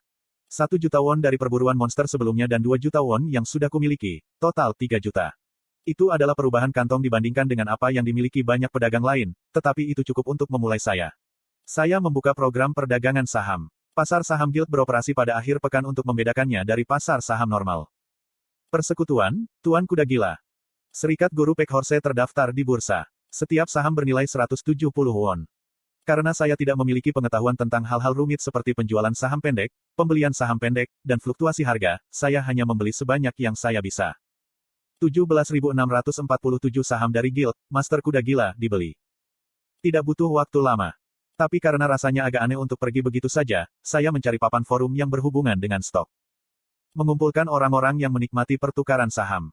Dengan 930.000 anggota, ini adalah forum terbesar untuk topik terkait stok. Saya mencari Peckhorse Master. Daftar guild baru. Kelompok yang baru terdaftar. Pasar serikat sulit saat ini tidak ada guild baru yang terlihat menjanjikan. Tidak ada posting yang secara khusus tentang Peckhorse Master, hanya menyebutkan secara singkat. Yah, apa yang aku harapkan dari forum online? Saya mengklik lidah saya dan mematikan jam tangan pintar. Di dunia ini di mana informasi setara dengan uang, bahkan keberadaan situs web harus ditemukan melalui uang. Dengan demikian, broker ahli bahkan tidak melirik forum online gratisan. Guild Informasi memiliki intranet mereka sendiri di mana orang dapat membeli informasi, dan mereka yang ingin tetap rahasia akan menggunakan sesuatu seperti Valet Banquet. Oh, benar. Berbicara tentang tetap rahasia, ada satu kelompok yang mendiami kegelapan. Grup Bunglon. Pertama kali terungkap di tengah cerita, Chameleon Troupe adalah geng paling kuat dalam novel saya, yang anggota-anggotanya akan memainkan peran penting sampai tahap akhir novel. Nama grup tersebut berasal dari kemampuan Bunglon untuk menyamarkan. Sama seperti bagaimana Bunglon mengubah warnanya untuk bersembunyi, Chameleon Troupe adalah kelompok rahasia yang identitas anggotanya tetap benar-benar tersembunyi. Sampai sekarang, satu kursi dari Chameleon Troupe kosong. Kursi ini akan tetap terbuka untuk 1 atau 2 tahun lagi, dan ikut memainkan peran penting dalam cerita. Saya tahu siapa pemimpin Chameleon Troupe dan di mana dia beroperasi. Selain anggota Chameleon Troupe, saya harus menjadi satu-satunya yang mengetahui informasi ini. Chameleon Troupe adalah sekelompok penjahat, tetapi mereka juga menolak jin. Dan di dunia ini, jin adalah kejahatan absolut. Jika aku bisa menjadi anggota Chameleon Troupe, ya, itu tidak realistis, jadi jika aku setidaknya bisa berteman dengan pemimpinnya, aku mungkin bisa mengubahnya menjadi peran pendukung. Tepat ketika saya memikirkan hal-hal seperti itu. Oke. Tiba-tiba, rasa sakit yang hebat muncul di lengan kiri atas saya. Seolah-olah pisau yang dipanaskan mengukir kulitku. Darah menyembur keluar dari lenganku, menghantam mataku yang melebar. Aku buru-buru menarik lengan bajuku. Bekas luka aneh sedang ditarik di lengan atas saya. Persetan. Itu adalah bekas luka dan rasa sakit yang tidak bisa dipahami. Aku mengepalkan gigiku dan meletakkan tanganku di atas bekas luka memancar dengan darah. Pada saat yang sama, tsunami informasi membanjiri otak saya. Stigma ini adalah salah satu otoritas Sang Pencipta. Itu mengandung kekuatan sihir. Satu garis stigma akan ditorehkan setiap kali total SP Anda yang diperoleh mencapai tingkat tertentu, yaitu ketika ketenaran Anda meningkat satu tingkat. Kamu bisa dengan bebas menggunakan kekuatan sihir yang tersimpan di dalam stigma, yang perlahan akan teregenerasi lebih dari 24 jam meskipun habis. Ah! Rasa sakit berdenyut tak terlukiskan terdengar di kepala dan lengan saya. Tetapi bahkan dalam gelombang rasa sakit yang melumpuhkan seperti itu, saya dapat dengan jelas melihat layar laptop. Perbarui daftar. Kitab kebenaran, telah ditambahkan ke hadiah, pengamatan dan membaca. Langit akhir pekan cerah dan biru. Cuaca awal musim semi terasa dingin, tetapi masih sedikit hangat. Tetapi saya tidak dapat menikmati hari yang indah ini untuk diri saya sendiri, karena saya dipanggil untuk pergi ke Menara Asosiasi, Seoul. Itu untuk menerima pujian karena menaklukkan jin dalam insiden baru-baru ini. Sungguh, tidak bisakah mereka datang untuk memberikannya sendiri? Upacara penganugerahan berlangsung di sebuah taman di Menara Asosiasi, dan banyak orang sudah berkumpul pada saat saya tiba. Namun, upacara penganugerahan sepertinya tidak ada awal. Kim Suho, Chae Na-yun, dan saya dipaksa melakukan gladi resik karena kami akan menerima pujian dari seorang pejabat tinggi, tetapi pejabat tinggi itu terlambat dan kami terpaksa menunggu. Karena Chae Na-yun ada di sebelahku, aku merasa seperti duduk di atas jarum. Petik 2. Senang. Sekali. Saya menguap sekali karena saya bosan. Tetapi Chae Na-yun, yang mencari-cari alasan untuk berkelahi, akhirnya membalas saya. Aku balas singkat. Apa? Kamu seringai sebentar. Petik 2. Itu tidak adil bahwa dia bisa terlihat sangat cantik saat membuat pernyataan seperti itu. Saya berencana untuk tetap diam pada awalnya, tetapi tiba-tiba saya ingat alasan saya ada di sini. Kamu tidak lupa, kan? Lupakan apa? Setiap kata-katanya tertutup duri. Saya berbicara ketika saya menatap matanya. Bahwa aku menyelamatkanmu. Petik 2. Dia masih terlihat marah, tetapi dia menutup mulut karena kehilangan kata-kata. Itu dan ini. Berhenti, kalian berdua. Setelah kontemplasi sesaat, Chae Na-yun membuka mulutnya untuk membalas, ketika Kim Suho memotong. Apa? Chae Na-yun, ganti kursi denganku. Sebagai catatan, kursi kami diperintahkan, Kim Suho, Chae Na-yun, lalu aku. Dan jika aku menolak? Cepat. Tidak, kenapa, aku tidak mau. Melihat mereka menjadi sangat sensitif tidak terasa terlalu enak. Untungnya, perkelahian cabul mereka dengan cepat berakhir, dan Kim Suho mengganti kursi di sebelah saya. Kim Suho menatapku dan mengeluarkan batuk kering. Terima kasih untuk saat itu. Apa? Aku dungu dengan takjub. Saya ingin ditinggal sendirian, jadi mengapa dia masih berbicara kepada saya? Kembali di museum, jika bukan karena kamu, kami tidak akan menang. Tidak, kamu akan menang bahkan tanpa aku. Jika saya tidak ada di sana saat itu, Kim Suho mungkin telah membangkitkan kekuatan dimensi yang lebih tinggi. Karakter utama selalu menjadi kuat melalui kesulitan dan bahaya. Petik 2. Tidak. Dengan satu kata itu, Kim Suho mengalihkan pandangannya. Pada saat itu, gelombang kekuatan sihir yang luar biasa terdengar. Tokoh, akhirnya tiba. Dia di sini. Semuanya bersiap-siap. Petik 2. Dia adalah penganugerah pujian hari ini, pahlawan peringkat master berjudul Wolf of Valhalla. Rambut sebahu sedikit melengkung ke atas, dan ia memiliki janggut yang dipangkas tidak biasa untuk pria timur. Kemegahan yang dilepaskan oleh penampilannya yang luar biasa tidak terbatas pada perasaan yang tak terlihat.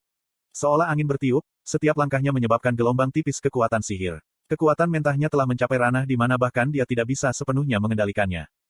Petik 2. Melihat sekeliling ruangan dengan matanya yang seperti serigala, pahlawan peringkat master, Yoshi-hyuk, bergumam pelan. Keparat ini memberitahuku apa yang harus kulakukan. Itu begitu sunyi sehingga hanya saya yang bisa mendengarnya dengan hadiah saya.